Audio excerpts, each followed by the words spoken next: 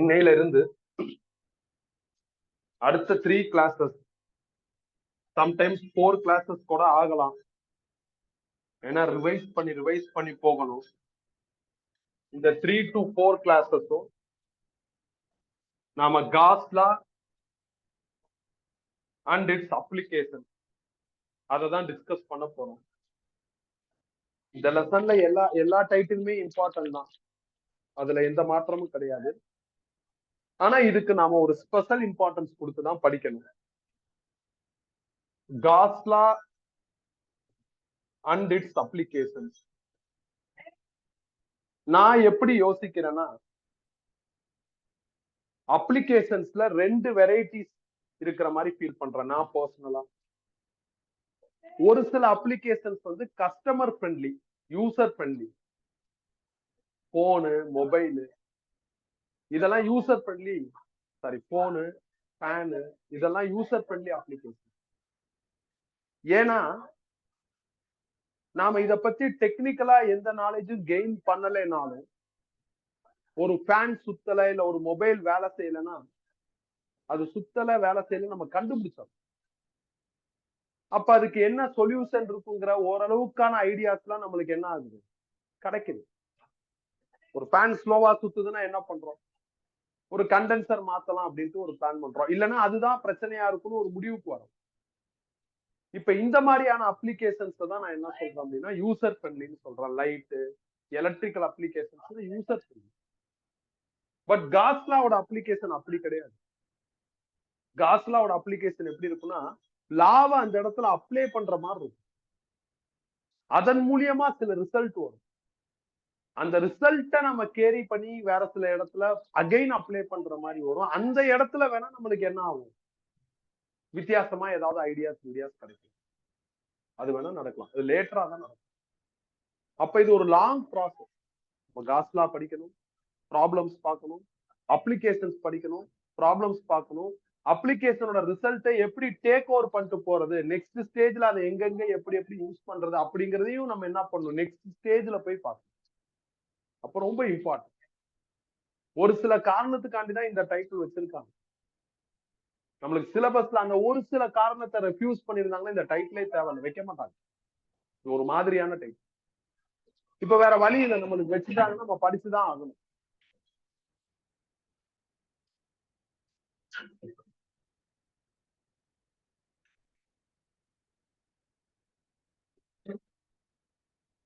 வச்சுட்டாங்க, நம்ம படிச்சுதான் ஆகணும்.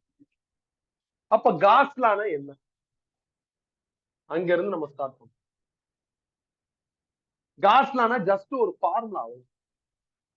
psi is equal to q by epsilon naught. இதான் காஸ் லா. காஸ் லானா என்னன்னு போயிட்டேன்னா எல்லா புக்லயும் இந்த ஃபார்முலாவை ஸ்டேட்மெண்டா மாத்துறாங்க. உதாரணத்துக்கு இந்த ரைட் சைட்ல இருக்கிற டேர்ம் இருக்குல்ல, q எப்சிலான், இது ரெண்டும் நம்மளுக்கு ஃபெமிலியரா இருக்கு. சார்ஜ பத்தி எலக்ட்ரோஸ்டாட்டிக்ஸோட ஃபர்ஸ்ட் கிளாஸ்லயே படிச்சாச்சு. எப்சிலான் நாட் என்னைக்கு நாம கூலும்ஸ் லா படிச்சோமோ அன்னைக்கே படிச்சாச்சு. 2 டேர்ம் ஃபெமிலியரா இருக்கிறது. இந்த 2 டேர்முக்கும் எனக்கு யூனிட் தெரியும். அதை பேஸா வச்சுக்கிட்டு லெஃப்ட் சைட்ல இருக்கிற இந்த அன்ஃபெமிலியர் டேர்மோட யூனிட் கண்டுபிடிக்கலாம்னு பிளான் பண்றேன். சார்ஜோட யூனிட் கூலும், எப்சிலான் நாட்டோட யூனிட் வந்து நம்ம கூலும்ஸ் லால தெளிவா படிச்சிட்டோம், மக்கப் பண்ணல, புரிஞ்சு படிச்சிருக்கோம். Newton power -1 metre power -2 coulomb square. Solve பண்ணா newton metre square coulomb power -2. இதுதான் லெஃப்ட் சைட்ல இருக்கிற டேர்ம், அன்னோன் டேர்மோட எஸ்ஐ யூனிட். இப்ப எஸ்ஐ யூனிட் கண்டுபிடிச்சாச்சு. இதை வச்சு என்ன பண்ண முடியும்னா அட் பிரசன்ட் ஒன்னும் பண்ண முடியாது. கண்டுபிடிச்சு வச்சிருக்கோம், இருக்கட்டும், ஃபியூச்சர்ல தேவைப்படும். இந்த லாவை பொறுத்தவரை ரைட் சைட் டேர்ம் தான் ஃபெமிலியரா இருக்கு. லெஃப்ட் சைட்ல இருக்கிற இந்த சிம்பிள் நாம இதுவரையும் எங்கேயும் இந்த சாப்டர்ல யூஸ் பண்ணல. இந்த சிம்பிளை பை அப்படின்னு ப்ரொனவுன்ஸ் பண்ணுவாங்க, இதையும் நம்ம பைன்னு தான் சொல்லுவோம். ஒரே இடத்துல இதுவும் அதுவும் வந்துச்சுன்னா என்ன ஆகும், கன்ஃபியூஸ் ஆகும். அதனால நம்ம pronunciation for this simple change பண்ணிக்கலாம். சைன் எடுத்து இதை நம்ம சைன் நாம ப்ரொனவுன்ஸ் பண்ணிக்கலாம். அப்ப லெஃப்ட் சைட்ல இருக்கிற சைனா என்ன அப்படின்னு சர்ச் பண்ணி பாக்குறப்ப அதை எலக்ட்ரிக் பிளக்ஸ் அப்படின்னு நேம் பண்றாங்க. அப்ப அடுத்த டவுட் வருது, எலக்ட்ரிக் பிளக்ஸ்னா என்ன?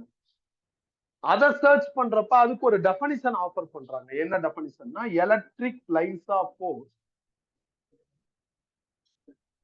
Passing through given area. இதான் டெஃபனிஷன் ஆஃப் எலக்ட்ரிக் ஃப்ளக்ஸ். சில புக்ல பாசிங் த்ரூ அப்படிங்கிற வேர்டுக்கு பதில் கிராசிங் த்ரூன்னு இருக்கும். ரெண்டும் ஒண்ணுதான். எலக்ட்ரிக் லைன்ஸ் ஆஃப் ஃபோர்ஸ்னாலும் எலக்ட்ரிக் ஃபீல்டு லைன்ஸ்னாலும் என்னது ஒண்ணுதான். Electric field lines passing through given ஏரியான்னு கூட சொல்லலாம். அப்ப இந்த டெஃபனிஷன் எங்க இருந்து வந்துச்சு, அதை யோசிக்கணும். நான் அதுக்குள்ள போறது இல்லை. எந்த புக்கும் அதுக்குள்ள போயிருக்காது. அதுக்குள்ள போகணும்னா நம்ம பர்சனல் இன்ட்ரெஸ்ட் எடுத்துதான் போய்க்கிறோம். அது மொக்கையா இருக்கும். ஒரு டெஃபனிஷனா ஒரு சயின்டிஸ்ட் ஏன் ஃப்ரேம் பண்ணாரு, எந்த காரணத்துக்காண்டி ஃப்ரேம் பண்ணாரு, என்னைக்கு அவருக்கு ஃப்ரேம் பண்ணு தோணுச்சு, எப்படி ஃப்ரேம் பண்ணாரு, இதெல்லாம் கொஞ்சம் கீழே இறங்குற மாதிரி இருக்கும். கன்ஃபியூஸ் ஆகும். அதனால நம்ம அதுக்குள்ள போவேணாம். இப்படி யோசிப்போம், இந்த டெஃபனிஷன் என்ன சொல்ல வருது, அதை நம்ம அண்டர்ஸ்டாண்ட் பண்ணிக்கிட்டாவே நல்ல விஷயம். ஏன்னா எலக்ட்ரிக் ஃப்ளக்ஸை எவ்வளவு நல்லா அண்டர்ஸ்டாண்ட் பண்ணிக்கிறோமோ அவ்வளவு நல்லா காஸ்லாவும் உங்களுக்கு அண்டர்ஸ்டாண்ட் ஆகும். ஏன்னா காஸ்லால இருக்கிற டேர்ம் எதை மீன் பண்ணுது, எலக்ட்ரிக் ஃப்ளக்ஸ் தான் மீன் பண்ணுது.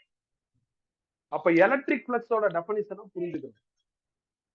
அதை புரிஞ்சுக்கிறதுக்கு நான் இந்த டெஃபனிஷனையே 3 செக்மெண்டா பிரிக்கிறேன். ஃபீல்டு லைன் ஒரு செக்மெண்ட், கிவன் ஏரியா ஒரு செக்மெண்ட், பாசிங் த்ரூ ஒரு செக்மெண்ட். இதுல ஃபர்ஸ்ட் கிவன் ஏரியானா என்னன்னு யோசிக்கிறேன். இப்ப நான் இந்த பாக்ஸ் எடுத்துக்கிறேன். இதுல எது ஏரியான்னு கேட்கிறேன். நிறைய ஏரியாஸ் இருக்கு.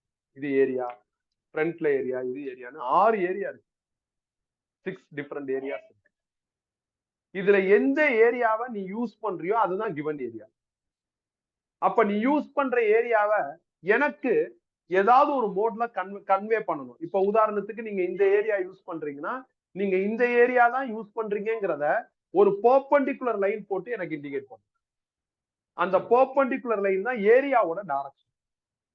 அப்ப இதுல இருந்து என்ன தெரியுது, இந்த டைட்டில்ல area to be a vector quantity தெரியும். ஏன்னா டைரக்ஷன்.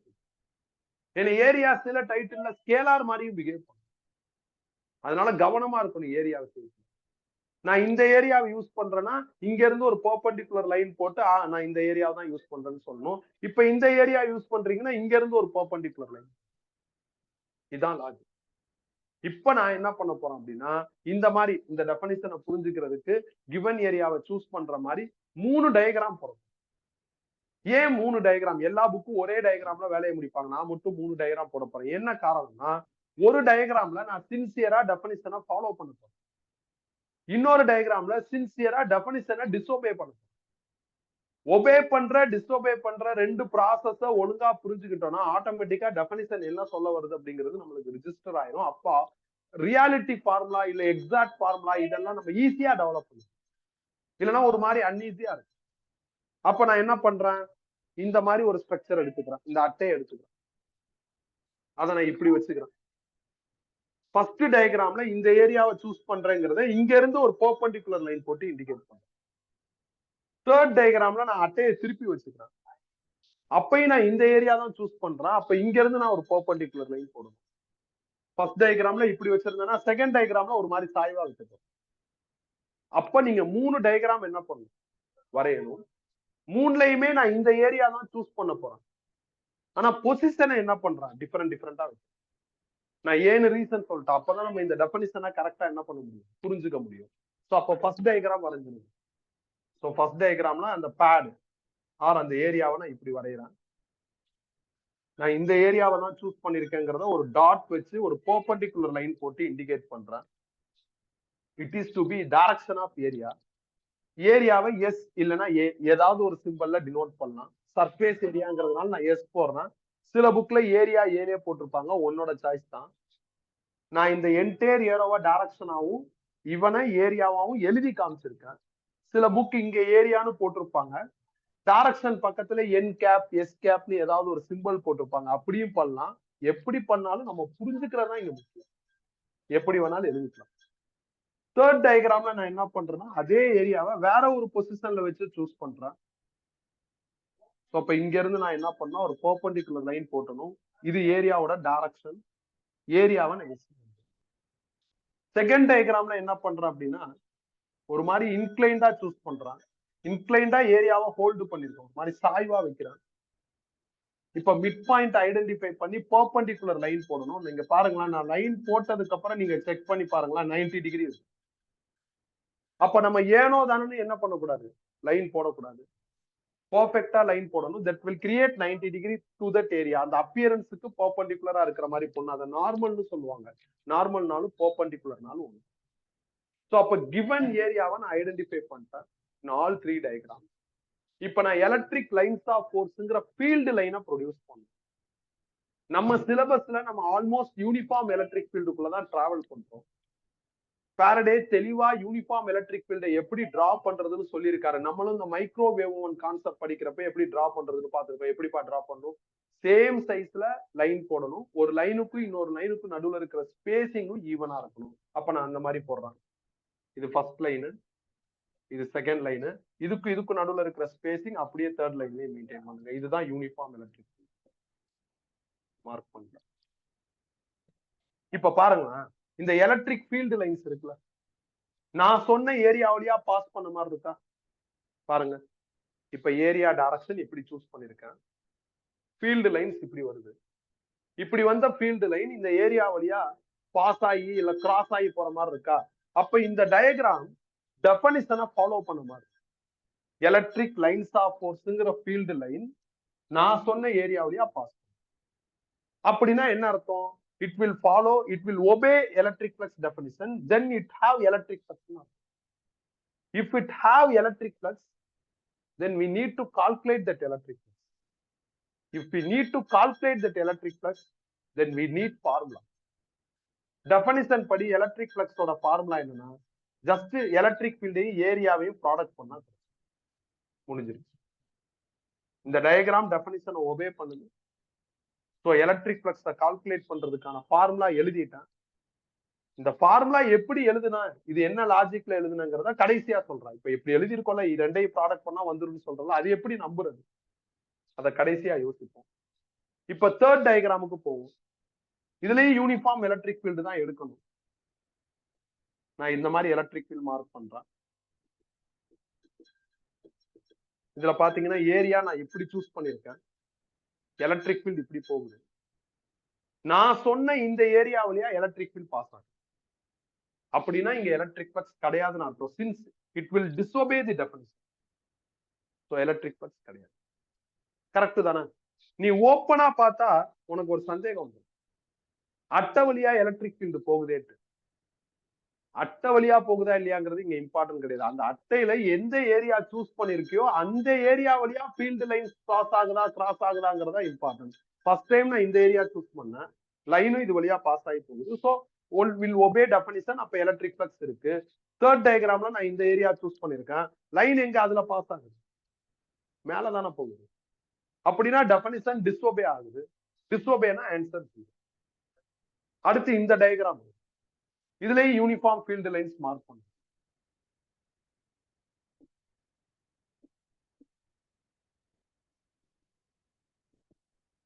ஏரியாவோட பொசிஷனுக்கு இந்த லைன்ஸ் சம் இன்க்ளினேஷன் ஆஃபர். நான் உங்களுக்கு பல இடங்கள்ல சொன்னதுதான், ஒரு வெக்டார் குவாண்டிட்டி இன்க்ளைண்டா இருந்தா நீ ரெண்டா ஸ்பிளிட் பண்ணலாம், அதுக்கு பேர் வெக்டார் ரெசல்யூஷன். அந்த மாதிரி ரெண்டா இதை ஸ்பிளிட் பண்ணுங்க. நீங்க ரெண்டு பேரை ஸ்பிளிட் பண்ணலாம்ப்பா, உனக்கு ஏரியாவையும் ஸ்பிளிட் பண்ணலாம், ஏன்னா அதுவும் இன்க்ளைண்டா இருக்கு. இல்ல எலக்ட்ரிக் ஃபீல்டையும் ஸ்பிளிட் பண்ணலாம், அதுவும் இன்க்ளைண்டா இருக்கு. நான் எலக்ட்ரிக் ஃபீல்ட ஸ்பிளிட் பண்ண போறேன். தீட்டா இருக்கிற சைடு காஸ் தீட்டா, அவங்களுக்கு பெர்பெண்டிகுலரா சைன் தீட்டா. இப்ப இந்த சிச்சுவேஷனுக்கு எலக்ட்ரிக் ஃப்ளக்ஸோட ஃபார்முலா எழுதணும். எப்படி எழுதுறது? இ காஸ் தீட்டா தான் ஏரியா வழியா பாஸ் ஆகுது. அப்ப இந்த லாஜிக்க பேஸா வச்சுக்கிட்டு E cos theta into area முடிச்சாச்சு. இதுதான் the best formula of electric flux. ஏன்னா இதை வச்சு நீங்க இதுக்கும் டிராவல் ஆகலாம், இதுக்கும் டிராவல் ஆகலாம். அதுக்கு தீட்டா வேணும். தீட்டாங்கிறது ஈக்கும் ஏரியாவுக்கும் அக்ராஸா உள்ள ஆங்கிள், அதான் தீட்டா. அது நீங்க அங்க போய் பார்த்தாலும் தெரியும், ஃபார்முலால பார்த்தாலும் தெரியும். ஈக்கும் எஸ்ங்கிறது, எஸ்ங்கிற ஏரியாவுக்கு அக்ராஸா உள்ள ஆங்கிள் தான் தீட்டா. இதுல பாருங்களேன், இயும் எஸ்ஸும் ஒரே டைரக்ஷன்ல டிராவல் ஆகும். ஒரே டைரக்ஷன்ல டிராவல் ஆச்சுன்னா தீட்டா 0 டிகிரி. தீட்டா 0 போட்டா காஸ் 0 1ன்னு இந்த ரிசல்ட் வரும். இதுல ஈயும் எஸ்ஸும் பெர்பெண்டிகுலரா இருக்கு. அப்படின்னா தீட்டா 90. தீட்டா 90 போட்டா காஸ் 90 0ன்னு இந்த ரிசல்ட் வரும். அப்ப எந்த ஃபார்முலா எல்லா ரிசல்ட்டையும் ஆஃபர் பண்ணுதோ அந்த ஃபார்முலா தான் ஃபைனல் ஃபார்முலா. அப்ப எலக்ட்ரிக் ஃப்ளக்ஸோட ஃபைனல் ஃபார்முலா இது. இப்ப நீ இப்படி யோசிச்சு பாரு, நான் எலக்ட்ரிக் ஃப்ளக்ஸ்னு டைட்டில் போட்டு இந்த டயகிராம் வரைஞ்சு இந்த ஃபார்முலா எழுதுனா கன்வின்ஸ்டா இருக்கு. அப்ப டெஃபினிஷனை ஒபே பண்ற டிஸ்ஒபே பண்ற லாஜிக்ஸ பார்த்துட்டோம்னா இது என்ன ஆகுது? கன்வின்ஸ் ஆகுது. வேற வழி இல்லை. ஒண்ணு நாம டெஃபினிஷன் எங்க இருந்து வந்துச்சுன்னு ஆராய்ச்சியில இறங்கணும். அது தேவையில்லாத ரிஸ்க். இல்லையா வந்த டெஃபினிஷனை திருப்தியா புரிஞ்சுக்கிற மெத்தடுக்குள்ள போகணும். அதுதான் இந்த மெத்தட். இப்ப அடுத்து சிம்பிள் சின்ன சின்ன லாஜிக்ஸை மட்டும் இங்க அப்டேட் பண்ணிட்டா போதும். என்ன லாஜிக்னா நம்ம ஈக்குவேஷன்ல காஸ் தீட்டா இருக்கு. வெக்டார் மேக்ஸ் என்ன சொல்லுதுன்னா காஸ் தீட்டானா டாட் ப்ராடக்ட்னு சொல்லுது. இஃப் தி ப்ராடக்ட் இஸ் டாட்னா இந்த டேர்ம் ஸ்கேலார்னா ஒரு வகையில அது ஒரு பெரிய ரிலாக்ஸ். லெஃப்ட் சைட்ல இருக்கிற குவான்டிட்டி ஸ்கேலார். அதே நேரத்துல ரிலாக்ஸ்னு சொல்லி கம்ப்ளீட்டா ரிலாக்ஸும் ஆயிட முடியாது. ஏன்னா ரைட் சைட்ல இருக்கிற எலக்ட்ரிக் ஃபீல்டு ஏரியா எல்லாருமே எப்படி இருக்காங்க? வெக்டாரா இருக்கு. அப்போ ஒரு இடத்துல வெக்டார் ஸ்கேலார் காம்போ வருது, கலந்து வருது. கலந்து வரப்ப கவனமா இருக்கணும், மாட்டிக்கணும். சொதப்பிடும், பயங்கரமா சொதப்பிடும். ரொம்ப கேர்ஃபுல்லா இருக்கும். ஒரு இடத்துல கூட்டுறோம்னா கூட்டுறதுக்கு முன்னாடி அது வெக்டாரா ஸ்கேலாரான்னு பார்த்துட்டு தான் அந்த அடிஷன் ப்ராசஸை எக்ஸிக்யூட் பண்ணும். இங்க வெக்டார் ஸ்கேலார் எல்லாரும் சப்பிள்டா இருக்கிறப்ப கொஞ்சம் கேர்ஃபுல்லா ப்ராப்ளத்தை டீல். அடுத்து என்ன? ஒரு சின்ன அப்டேட். நான் ஃபுல் ஏரியா எடுக்காம ஒரு சின்ன ஏரியா எடுத்தேன்னா அப்ப எஸ்ன்னு எழுதாம நீங்க இ காஸ் தீட்டா டிஎஸ்ன்னு எழுதிடலாம். அப்ப சின்ன ஃப்ளக்ஸ் தான் வரும், அதை டி சைன் எழுதலாம். இதை இன்டகிரேட் பண்ணா உங்களுக்கு என்ன ஆயிரும் அப்படின்னா ஃபுல் ஃப்ளக்ஸ் கிடைச்சிடும். சில புக் இந்த ஃபார்முலா உருவாக்குறதுக்கு ரொம்ப கஷ்டப்பட்டு இருப்பாங்க. தேவையே இல்லை. ஸ்மால் ஏரியானா டிஎஸ், அப்ப ஸ்மால் ஃப்ளக்ஸ் தான் கிடைக்கும். அதை வச்சு நீங்க இன்டகிரேட் பண்ணி என்ன பண்ணலாம்? ஃபுல் ஃப்ளக்ஸ் கண்டுபிடிக்கலாம். ஆனா இந்த இன்டகிரல்ல ஒரு சர்க்கிள் போடுவாங்க. இது இன்டகிரல் ஓவர்னு சொல்லுவாங்க. அதுக்கு பேர் க்ளோஸ்ட் இன்டகிரல். அப்படின்னா என்னங்கிறத நான் அப்ளிகேஷன்ஸ் ஆஃப் காஸ் லாக்குள்ள போய் சொல்றேன். மத்தபடி இப்ப அதை பார்த்து கவலைப்பட முடியாது. வேற என்ன முக்கியமான பாயிண்ட்? எலக்ட்ரிக் ஃப்ளக்ஸோட டெஃபினிஷன் படி வி காட் ஒன் ஃபார்முலா. சுருக்கமா இ இன்டு ஏரியா. காஸ் தீட்டாவுக்கு தான் எஸ்ஐ யூனிட் கிடையாதுல. அப்ப நான் என்ன பண்றேன் அப்படின்னா எஸ்ஐ யூனிட் கண்டுபிடிக்க போறேன் with help of this.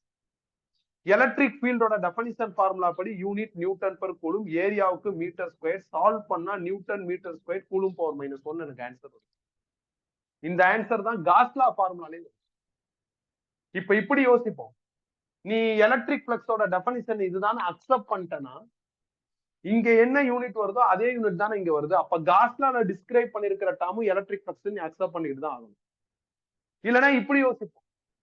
Cos லாவோட ப்ரூஃப் பார்த்து காஸ் லாவோட ஃபார்முலா இதுதான் அப்படின்னு நீ அக்செப்ட் பண்ணிட்டேன்னா அப்ப நான் இப்படி எழுதுனது தப்பு கிடையாது அப்படின்னு என்ன பண்ணிக்கலாம்? அக்செப்ட் பண்ணிக்கலாம். ஏன்னா இப்படி எழுதுனாதான் இந்த யூனிட் அந்த யூனிட் என்ன ஆகும்னா டேலி ஆகும். ஏதாவது ஒரு சைடுல உனக்கு ஒரு பெட்டர் கிளாரிட்டி இருந்ததுன்னா அந்த ஒரு சைடை வச்சு இன்னொரு சைடை ரிசர்ச் பண்ணாம ரெண்டாவது சைடை அக்செப்ட் பண்ணிட்டு போயிடலாம். பேட் லக் ரெண்டு சைடு நம்மளால பெட்டர் கிளாரிட்டி ஜெனரேட் பண்ண முடியாது. ஏன்னா இதுக்குள்ள போறதுலன்னு முடிவு பண்ணியாச்சு டெஃபினிஷனுக்குள்ள.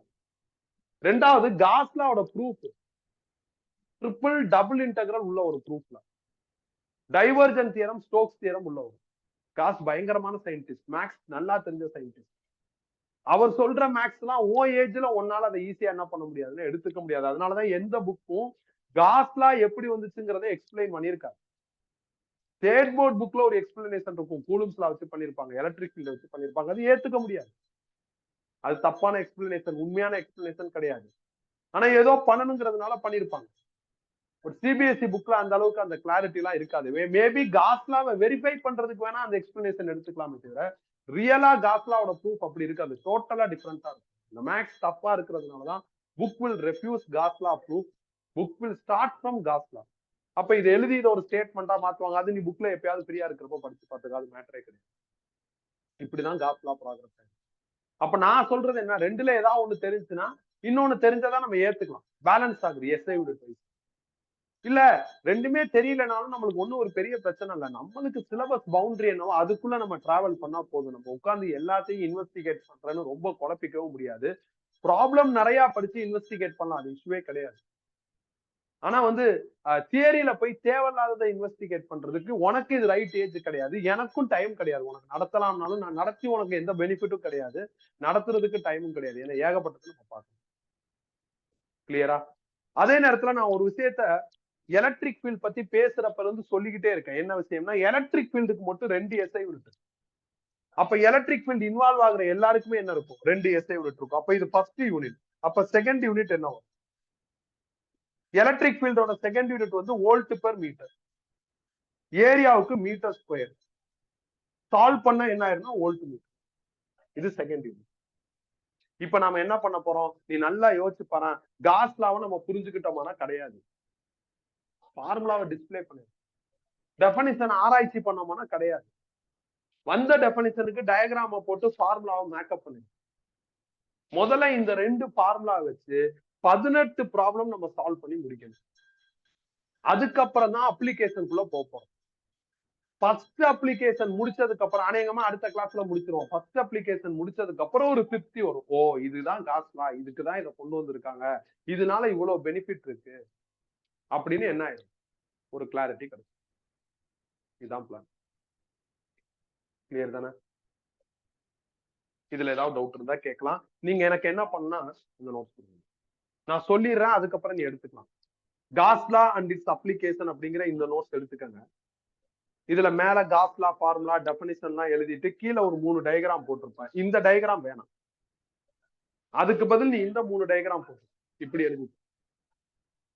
ஏன் மேல 3 டயகிராம் வேணும்னா அது இன்னும் உனக்கு காம்ப்ளெக்ஸான ஃபீலை கொடுக்கும். இது கம்ஃபர்டபுளா இருக்கும், இதான் நீ போட்டுக்கோ. இதுல செகண்ட் டயகிராம் வரைகிறப்ப கேர்ஃபுல்லா இருக்கும். செகண்ட் டயகிராம் வரைகிறப்ப என்ன கேர்ஃபுல்லா இருக்கணும் அப்படின்னா, நீங்க வந்து இந்த லைன் இ இருக்கு பாத்தீங்களா, அந்த இ ஏரியா அந்த ஆங்கிள் கரெக்டா வர மாதிரி 2வது லைன் போடும். அப்போ ஃபர்ஸ்ட் 2வது லைன் போட்டு அதுக்கு ஈவனா ஃபர்ஸ்ட் லைனும் தேர்ட் லைனும் போட்டா நல்லா இருக்கும். மித்த டயகிராம்ல உனக்கு அந்த பிரச்சனை இல்லை. இந்த செகண்ட் டயகிராம் வரைகிறப்ப மட்டும் கேர்ஃபுல்லா இருக்கு. நீங்க வரைஞ்சு முடிச்சிருங்க. நம்ம பிளான் இதான். Still we were not understood what is Gauss law. But Gauss லாவை பேஸ் பண்ணி பாயிண்ட் சார்ஜ் ரிலேட்டடா சில ப்ராப்ளம் பார்க்கலாம்.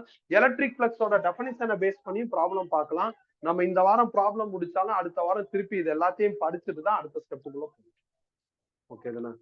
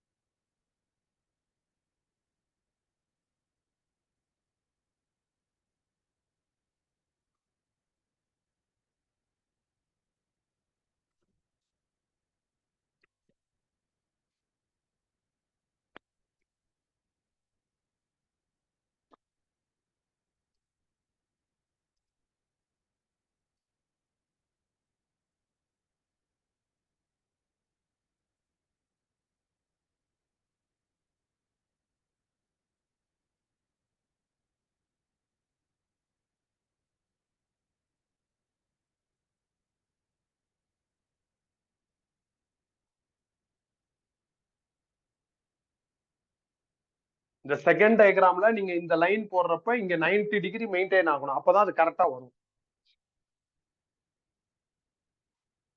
அப்புறம் எல்லாத்துலயும் ஏரோ போட்டு எலக்ட்ரிக் ஃபீல்டுன்னு மார்க் பண்ணுங்க. எலக்ட்ரிக் ஃபீல்டு எல்லாத்துலயும் பண்ணலைனாலும் நடுவுல இருக்கிற லைனுக்கு மட்டுமாவது பண்ணிக்கங்க. ஈனு போடணும். ஈனு போடலைனாலும் ஒரு லைனுக்கு போட்டா போதும்.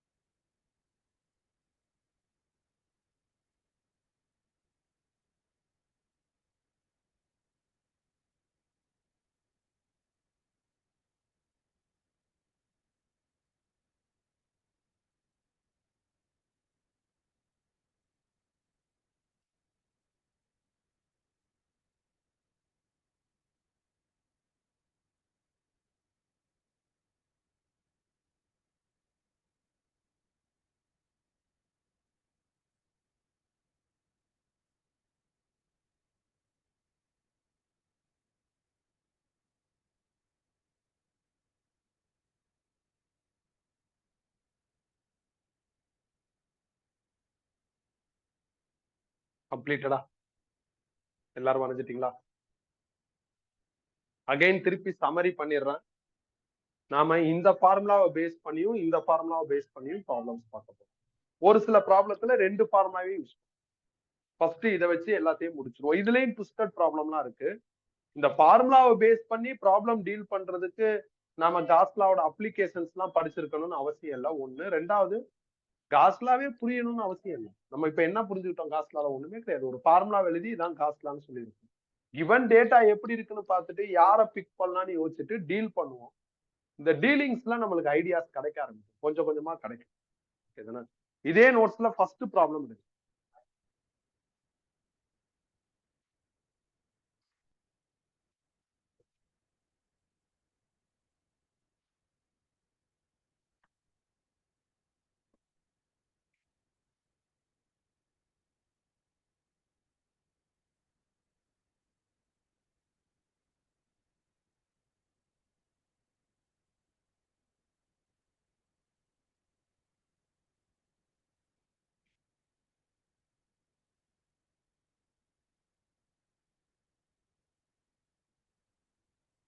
Find electric flux for the surface S1, S2 and S3 அப்படின்னு சொல்லி டயக்ராம் கொடுத்திருக்காங்க.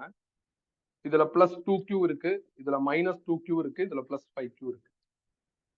அவங்க கொடுத்திருக்கிற எல்லா சர்ஃபேஸ்லயும், இப்ப எல்லாரும் போர்ட பாருங்க, எல்லா சர்ஃபேஸ்லயும் சார்ஜ் தான் ஹைலைட் ஆயிருக்கு. ரெக்வஸ்ட் பண்ணிருக்கிறது electric flux. Electric flux charge. இதான் formula. Q net by epsilon naught. நான் காஸ்லா பயன்படுத்துறேன், அவ்வளவுதான். நான் ஏற்கனவே லா எழுதுறப்ப வெறும் Qன்னு எழுதுனா, இப்ப என்ன பண்றேன்னா Q நெட்னு போடுவாங்க, இல்ல சில புக்ல Q என்க்ளோஸ்னு போட்டிருப்பாங்க. அந்த மாதிரி நீ அப்டேட் பண்ணி எழுதிக்கோ. இப்ப சர்ஃபேஸ் S1க்கு நான் எலக்ட்ரிக் ஃப்ளக்ஸ் கண்டுபிடிக்க போறேன். காஸ் என்ன சொல்றாருன்னா, அவரோட லாவை ஒரு இடத்துல அப்ளை பண்ணணும்னா ஒரு இமேஜினரி சர்ஃபேஸ் இருக்கிறதா ஃபீல் பண்ணிக்கிறோம்ங்கிறாரு. கண்ணுக்கு தெரியாது, இருக்கிற மாதிரி ஃபீல் பண்ணணும் அப்படின்னு சொல்றாரு. எந்த மாதிரியான சர்ஃபேஸ் எடுக்கணும் அப்படிங்கறத அவரோட அப்ளிகேஷன்ல அவர் கிளாரிஃபை பண்றாரு. அது நம்ம அங்க போய் பார்த்துக்கோ. புக்ல அது இருக்காது, நான் சொல்லி தருவேன். ஏன் இதை எடுக்கிறோம் அப்படிங்கறது சொல்லி தருவோம். அது அப்ளிகேஷன்ல பார்த்துக்கோ. இங்க இது அப்ளிகேஷன் கிடையாது, நியூமரிக். அப்ப கொஸ்டின் செட்டர் என்ன பண்ணும்? இப்படி ஒரு சர்ஃபேஸ் இருக்கு, அப்படி ஒரு சர்ஃபேஸ் இருக்குன்னு இமேஜின் பண்ணுங்கன்னு நம்மள சொன்னாலும் ஒரு டயக்ராம்ல என்ன பண்ணி காமிக்கணும்? அதை வரைஞ்சுதான் காமிச்சாங்க. இருக்கிற மாதிரி ஒரு டயக்ராம் போட்டுதான். மீன்வைல் காஸ்லா ஒரு இடத்துல அப்ளை பண்ணா காசியன் சர்ஃபேஸ்னு ஒரு சர்ஃபேஸை நீங்க இமேஜின் பண்ணணும். அந்த சர்ஃபேஸ்க்குள்ள இருக்கிற டோட்டல் சார்ஜ் உனக்கு வேணும். இப்ப S1ங்கிறது இந்த சர்ஃபேஸ், அதுக்குள்ள டோட்டலா எவ்வளவு சார்ஜ் இருக்கு? +2q இருக்கு. அப்ப Q நெட்டுக்கு பதில் +2qன்னு போட்டு பை எப்சிலான். அதே மாதிரி சர்ஃபேஸ் 2க்கு டீல் பண்ணு. யார்ப்பா சர்ஃபேஸ் 2? இதான் சர்ஃபேஸ் 2. இதுக்குள்ள என்னென்ன சார்ஜ் இருக்கு? ஒரு -2q, ஒரு +2q. நீ சர்ஃபேஸ் 2 இமேஜின் பண்றப்ப இந்த ரவுண்ட் எல்லாம் மைண்ட்ல இருந்து எடுத்துரும். அதுக்குள்ள அப்ப எவ்வளவு சார்ஜ் டோட்டலா இருக்கோ எல்லாத்தையும் எடுக்கணும். அப்ப +2q -2q by epsilon நாட்னா 0. அடுத்து சர்ஃபேஸ் 3க்கு டீல் பண்ணணும். சர்ஃபேஸ் 3ல உங்களுக்கு என்னென்ன சார்ஜ் இருக்கு? ஒரு +5q, ஒரு -2q, ஒரு +2q இருக்கு. அப்ப +5q -2q +2q by epsilon நாட்னா 5q by epsilon not. அவ்வளவுதான் முடிஞ்சிருச்சு. இதான் இதுக்கு நாம உட்கார்ந்து லாலாம் பயங்கரமா தெரிஞ்சுக்கிறோம்னு அவசியம் இல்ல. கண்டிப்பா காசியன் சர்ஃபேஸ பத்தி தெரிஞ்சுக்கிறோம். கொஸ்டின்ல நான் எப்படி தெரிஞ்சுக்க முடியும்? கொஸ்டின் செட்டர் தானே சொல்லி ஆகணும். அப்ப எனக்கு அது ஒரு பெரிய அட்வான்டேஜா இருக்கு. காசியன் சர்ஃபேஸுக்கு வெளியே யார் இருந்தாலும் நாட் அக்கௌண்டபிள். இப்ப இந்த சர்ஃபேஸ் எடுக்கிறப்ப இந்த -2q 5q எல்லாம் எங்க இருக்கு? வெளியே இருக்கு. அப்ப நாட் அக்கௌண்ட். நான் S3 எடுக்கிறப்ப உள்ள இருக்கிறவங்க தான் அக்கௌண்டபிள். ஒரு உதாரணத்துக்கு இங்க +4qன்னு ஒரு சார்ஜ் இருந்ததுன்னா அது அக்கௌண்டபிள் கிடையாது. இன்சைட் காசியன் சர்ஃபேஸ் யார் இருந்தாலும் அக்கௌண்ட். இப்ப இந்த ரூமை நம்ம காசியன் சர்ஃபேஸா எடுத்துக்குவோம். நம்ம ஒரு 15 பேர் இருக்கும். நம்ம எல்லாருமே இன்சைட் காசியன் சர்ஃபேஸ் இருக்கும். நம்ம எல்லாரையும் சார்ஜா ட்ரீட் பண்ணா இந்த 15 சார்ஜுமே அக்கௌண்ட். சப்போஸ் நீங்க யாராவது ஒரு ஆள் ரூமை விட்டு வெளியே இருக்கீங்கன்னா நாட் அக்கௌண்டபிள். ஒரு கால் ரூம்லயும் இன்னொரு கால் வெளியே வச்சாலும் நாட் அக்கௌண்ட். நீங்க உள்ள இருக்கணும். நம்ம எல்லாரும் உள்ள இருக்கோமா? உள்ள எங்க இருக்கும்? சில பேர் நடுவுல இருக்கீங்க, சில பேர் எட்ஜ்ல இருக்கீங்க. எட்ஜ்னா 2 விதமான எட்ஜ் இருக்குப்பா. நான் வந்து ரூமுக்குள்ள காலை போட்டு உட்காரலாம். எட்ஜ்ல இருந்து எட்ஜ்ல உட்கார்ந்து ரூமுக்கு வெளியேயும் காலை போடலாம். ரூமுக்கு வெளியே காலை போட்டோம்னா அது நாட் அக்கௌண்டபிள். ரூமுக்குள்ள கால் போட்டிருந்தோம்னா அது என்னது அக்கௌண்டபிள்.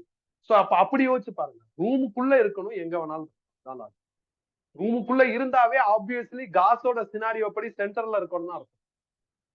இப்ப நான் இங்க ஓரமா தானே எழுதியிருக்கேன். காசோட சினாரியோ படி இந்த சார்ஜ் எங்க இருக்கு, சென்டர்ல இருக்குன்னு அந்த மாதிரி எடுத்துக்கலாம். அப்ப நீ கன்ஃபியூஸ் ஆயிடக்கூடாது. அப்ப இது சென்டர்ல இருக்குன்னா S1க்கு இது அக்கௌண்டபிளான்னு யோசிக்க கூடாது. S1 பொறுத்தவரை இவ்வளவுதான் இருக்கு. நீ S2 வரப்ப S1 மறந்துட்டு யோசி. புரியுதா நட்டு? காசியன் சர்ஃபேஸ்னு ஒரு இமேஜினரி சர்ஃபேஸ கொஸ்டின் செட்டே ஆஃபர் பண்ணுவாங்க. வித்தின் தட் சர்ஃபேஸ் யார் யார் இருக்காங்களோ அவங்க எல்லாம் அக்கௌண்டபிள். அந்த சர்ஃபேஸ்க்குள்ள இருந்தா போதும். அதுல எக்ஸாக்டா எங்க இருக்காங்கிறது not S.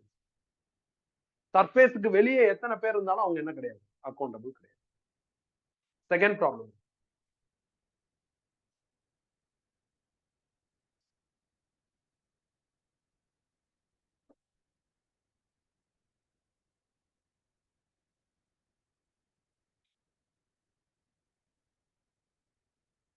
Four Gaussian surfaces are given below with the charges inside each Gaussian surface. Rank the electric flux through each Gaussian surface in increasing order. அவங்க ஒரு 4 Gaussian surface கொடுத்துட்டாங்க. ஃபர்ஸ்ட் நான் அந்த டயகிராம்லாம் போட்டுக்கிறேன். போட்டுட்டு சார்ஜஸ் மார்க் பண்றேன். இது -q, இது +2q, இது +q, இது சர்ஃபேஸ் A, இது B, இது C, இது D. இப்ப இவங்க ஆஃபர் பண்ணிருக்கிற டயகிராம்ல சார்ஜ் மட்டும் தான் இருக்கு. சார்ஜ் அடிப்படையா வச்சுக்கிட்டு நீங்க எலக்ட்ரிக் ஃப்ளக்ஸ் கண்டுபிடிக்கணும்னா காஸ்லா யூஸ் பண்ணலாம். காஸ்லா படி electric flux I is equal to Q net by epsilon naught. Surface ஏக்கு டீல் பண்ணுங்க. இதான் சர்ஃபேஸ் ஏ. அதுக்குள்ள 1 2 3 சார்ஜ் இருக்கு. 3 எழுதுங்க. அப்ப +2q -q +q by epsilon naught. அப்ப final answer 2q by epsilon. Surface B க்கு டீல் பண்ணுங்க. என்னவோ சர்ஃபேஸ் B இங்க இருக்கு. அதுல ஒரு +2q இருக்கு, ஒரு -q இருக்கு. அப்ப +2q -q by epsilon naught. அப்படின்னா q by epsilon. Surface C க்கு டீல் பண்ணுங்க. சர்ஃபேஸ் C இங்க இருக்கு. அதுல ஒரு -q ஒரு +q இருக்கு. அப்ப -q +q by epsilon naught, which means 0. ஃபைனலா D சர்ஃபேஸ். அதுல பாருங்க என்ன இருக்கு. இதான் D சர்ஃபேஸ். இதுல ஒரே ஒரு -q இருக்கு. அப்ப -q by epsilon naught. இதை இன்க்ரீசிங் ஆர்டர்ல ரேங்க் பண்ண சொல்லியிருக்காங்க. நாம டெவலப் பண்ணிருக்கிற டேர்ம் எலக்ட்ரிக் ஃப்ளக்ஸ். தியரியில நாம கன்ஃபார்ம் பண்ணியாச்சு எலக்ட்ரிக் ஃப்ளக்ஸ் ஸ்கேலார் குவான்டிட்டின்ட்டு. ஸ்கேலார்னா மைனஸ் சின்ன நம்பர் பிளஸ் பெரிய நம்பர், அந்த ஆர்டர்ல நீ யோசிக்கணும். வெக்டார்னா -4 +4 1. நேத்து கூட இதை கிளாஸ்ல சொன்னேன். அப்ப மைனஸ் சின்ன நம்பர் பிளஸ் பெரிய நம்பர் இந்த ஆஸ்பெக்ட்ல யோசிங்க. அப்ப இருக்கிறதுலே சின்ன நம்பர் இதான். இதோட கொஞ்சம் பெரிய நம்பர் 0. 0வோட இது பெருசு, இதோட இது பெருசு. அப்படின்னா DCBA இதான் ஆர்டர். அவ்வளவு சிம்பிள் பா. இந்த மாதிரி ப்ராப்ளம் இதெல்லாம் கேட்டிருக்காங்கன்னா பல தடவை கேட்டிருக்காங்க. போர்டு எக்ஸாம்லயே வருது, என்ட்ரன்ஸ்லயும் வருது. கேட்க மாட்டாங்கன்னு எந்த ஏரியாவையும் நம்ம ஐசோலேட் பண்ண முடியாது. எதுல இருந்து வேணாலும் எதை வேணாலும் கேட்கணும். இதுலயே எக்ஸ்ட்ரீம் ப்ராப்ளம்லாம் இருக்கு. அடுத்தடுத்து பார்ப்போம். Third question.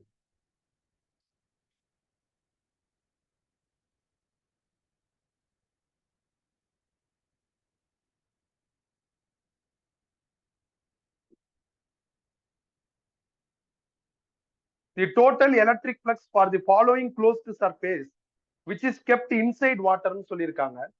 அவங்க ஒரு வாட்டர் டேங்க் கொடுத்திருக்காங்க. கரெக்டா? அதுக்குள்ள ஒரு மூட்டை இருக்கு. அந்த மூட்டைக்குள்ள சார்ஜ் இருக்கு. வெறும் சார்ஜ் அப்ப கிவன்ல ஆஃபர் ஆயிருக்கு. எலக்ட்ரிக் ஃப்ளக்ஸ் கேட்டிருக்காங்க. எல்லாரும் கவனிங்க. எலக்ட்ரிக் ஃப்ளக்ஸோட ஃபார்முலா இஃப் தே ஆஃபர் சார்ஜ்னா என்னப்பா? காஸ்லா படி Q net by epsilon naught. இந்த ஃபார்முலால ஒரு சின்ன அப்டேட். என்ன அப்டேட்னா அவங்க அந்த மூட்டைங்கிற காசியன் சர்ஃபேஸை எங்க வச்சிருக்காங்கன்னா inside water. Water some other medium. நம்ம கூலும்ஸ்ல டிஸ்கஸ் பண்றப்பே தெளிவா படிச்சாச்சு. சம் அதர் மீடியம் உள்ள வந்துருச்சுன்னா நீங்க எப்சலான் நாட் பக்கத்துல எப்சலான் நாட் சேர்த்துக்கிறணும். வாட்டருக்கு எப்சலான் நாட் 80. இப்ப அந்த மூட்டைக்குள்ள என்னென்ன சார்ஜ் இருக்குன்னு பாக்கணும். ஒரு நெகட்டிவ் சார்ஜ் இருக்கும், ஒரு பாசிட்டிவ் சார்ஜ் இருக்கும், அகைன் ஒரு +2q இருக்கும். நீங்க கொஞ்சம் அதை க்ளோஸா பாத்துக்கோங்க. ஏன்னா ஒரு புள்ளி வச்சு டாட் போட்டிருப்பேன், சாரி ஒரு புள்ளி வச்சு -q போட்டிருப்பேன். அது பார்க்க 2 மாதிரி தெரியும் பிகினிங்ல. அது 2 கிடையாது. டாட் வச்சு -q எழுதிருக்கேன்னு அர்த்தம். சொல்யூஷன்ல வெரிஃபை பண்ணிக்கோ. இப்ப +q -q கேன்சல் ஆயிடுச்சுன்னா 2q / 80 epsilon naught வரும். 280 கேன்சல் ஆயிடுச்சுன்னா 40.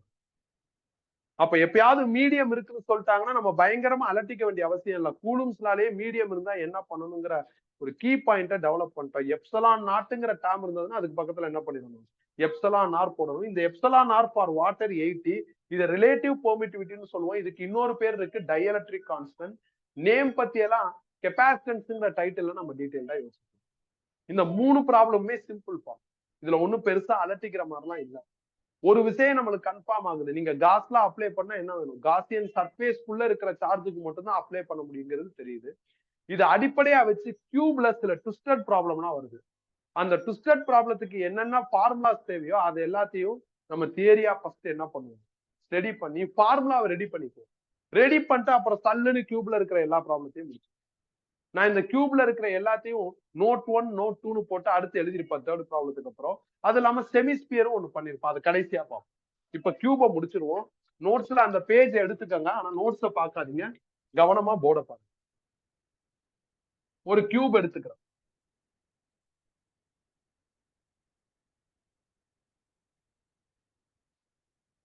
இந்த கியூபோட சென்டர்ல ஒரு பாசிட்டிவ் சார்ஜ் வச்சிருக்கு.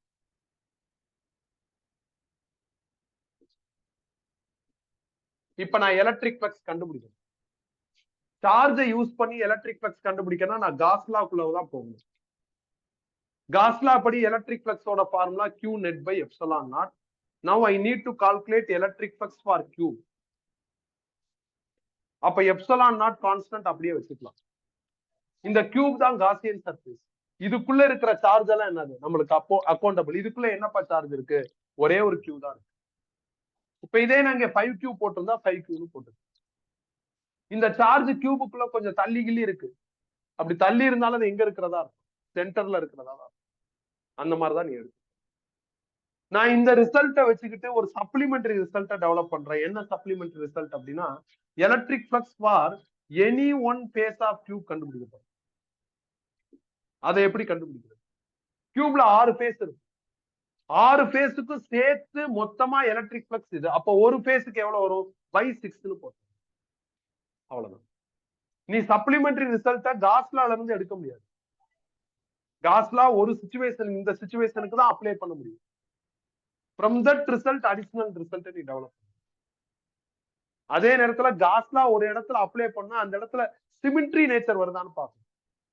அது என்ன சிமிட்ரி நேச்சர், இதுக்கு முன்னாடி மொதல் 3 ப்ராப்ளத்துல பார்க்கல. மொதல் 3 ப்ராப்ளத்துல அவன் தெளிவா சொல்லிட்டான், உள்ளுக்குள்ள சார்ஜ் இருக்கு, உள்ளுக்குள்ள சார்ஜ் இருக்கு, இதுலயும் தெளிவா இருக்கு. அதனால சிமிட்ரி நேச்சர் பத்தி பார்த்தே ஆகணும்னு அவசியம் இல்லை. ஆனா அடுத்த நோட்ல நம்மளுக்கு சிக்கல் வரும். அதனால இங்க சிமிட்ரி நேச்சர் ஐடென்டிஃபை பண்ணிட்டோம்னா அடுத்த நோட்ல நம்மளுக்கு ஈஸியா இருக்கும். சிமிட்ரி நேச்சர்னா என்னன்னா, நல்லா ஞாபகம் வச்சுக்கோங்க, நீங்க கியூபை 2ஆ கட் பண்ணும், ஆனா சார்ஜர் ரெஃபரன்ஸ் ஆச்சு தான் கட் பண்ணும்.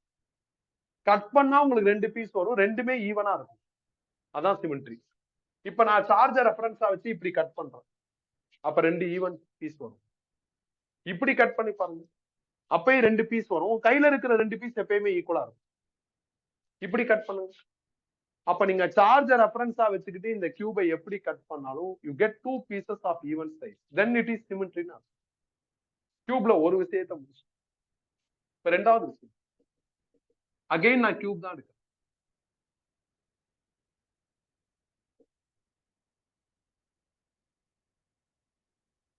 கியூபோட ஒரு கார்னர்ல நான் சார்ஜ் வைக்கிறேன், இந்த இடத்துல வைக்கிறேன். இப்ப காஸ்லா படி இதுக்கான ரிசல்ட் எடுக்கும். நான் என்னப்பா சொல்லியிருக்கேன், கம்ப்ளீட்டா இன்சைட்ல இருந்தாதான் அக்கௌண்டபிள். இப்படி எட்ஜ்ல கார்னர்ல எல்லாம் வந்துருச்சு அப்படின்னா நம்மளால காஸ்லா அப்ளை பண்ண முடியாது. காஸ்லா அப்ளை பண்றதுக்கான சிச்சுவேஷன் இங்க இல்ல. ஏன்னா சிமிட்ரி நேச்சர் இருக்கான்னு வெரிஃபை பண்ண சொன்னேன். சிமிட்ரி நேச்சர்னா என்ன, சார்ஜர் ரெஃபரன்ஸா வச்சு நீங்க 2ஆ கட் பண்ணா 2 ஈவன் பீஸ் வரணும். பாருங்க, கட் பண்ணுங்க, இப்படி 2 ஈவன் பீஸ் வரணும். ஆனா நீ இப்படி கட் பண்ணி பாருங்க, சார்ஜர் ரெஃபரன்ஸா வச்சு 2 பீஸ் ஈவனா வராது. அப்படின்னா இது சிமிட்ரி நேச்சர்ல இல்ல. அப்ப ஃபர்ஸ்ட் இத சிமிட்ரி நேச்சருக்கு சேஞ்ச் பண்ணணும். அடிஷனலா ஏதாவது மாடிஃபிகேஷன் பண்ணி சிமிட்ரி நேச்சருக்கு மாத்தி சிமிட்ரி நேச்சர்ல இருக்கிற ஸ்ட்ரக்சருக்கு தான் நீங்க காஸ்லாவை என்ன பண்ணணும், அப்ளை பண்ணும். அப்ளை பண்ணி ரிசல்ட் எடுத்ததுக்கு அப்புறம் ஃபர்தரா யோசிக்கும். எல்லாரும் இதை மனப்பாடம் பண்ணிடுவோம், நம்ம புரிஞ்சு படிப்போம். எப்படின்னா, நான் புரிஞ்சுக்கிறதுக்காண்டி தான் இப்ப இந்த சின்ன சின்ன கியூப்ஸ் எடுத்துக்கிறேன்.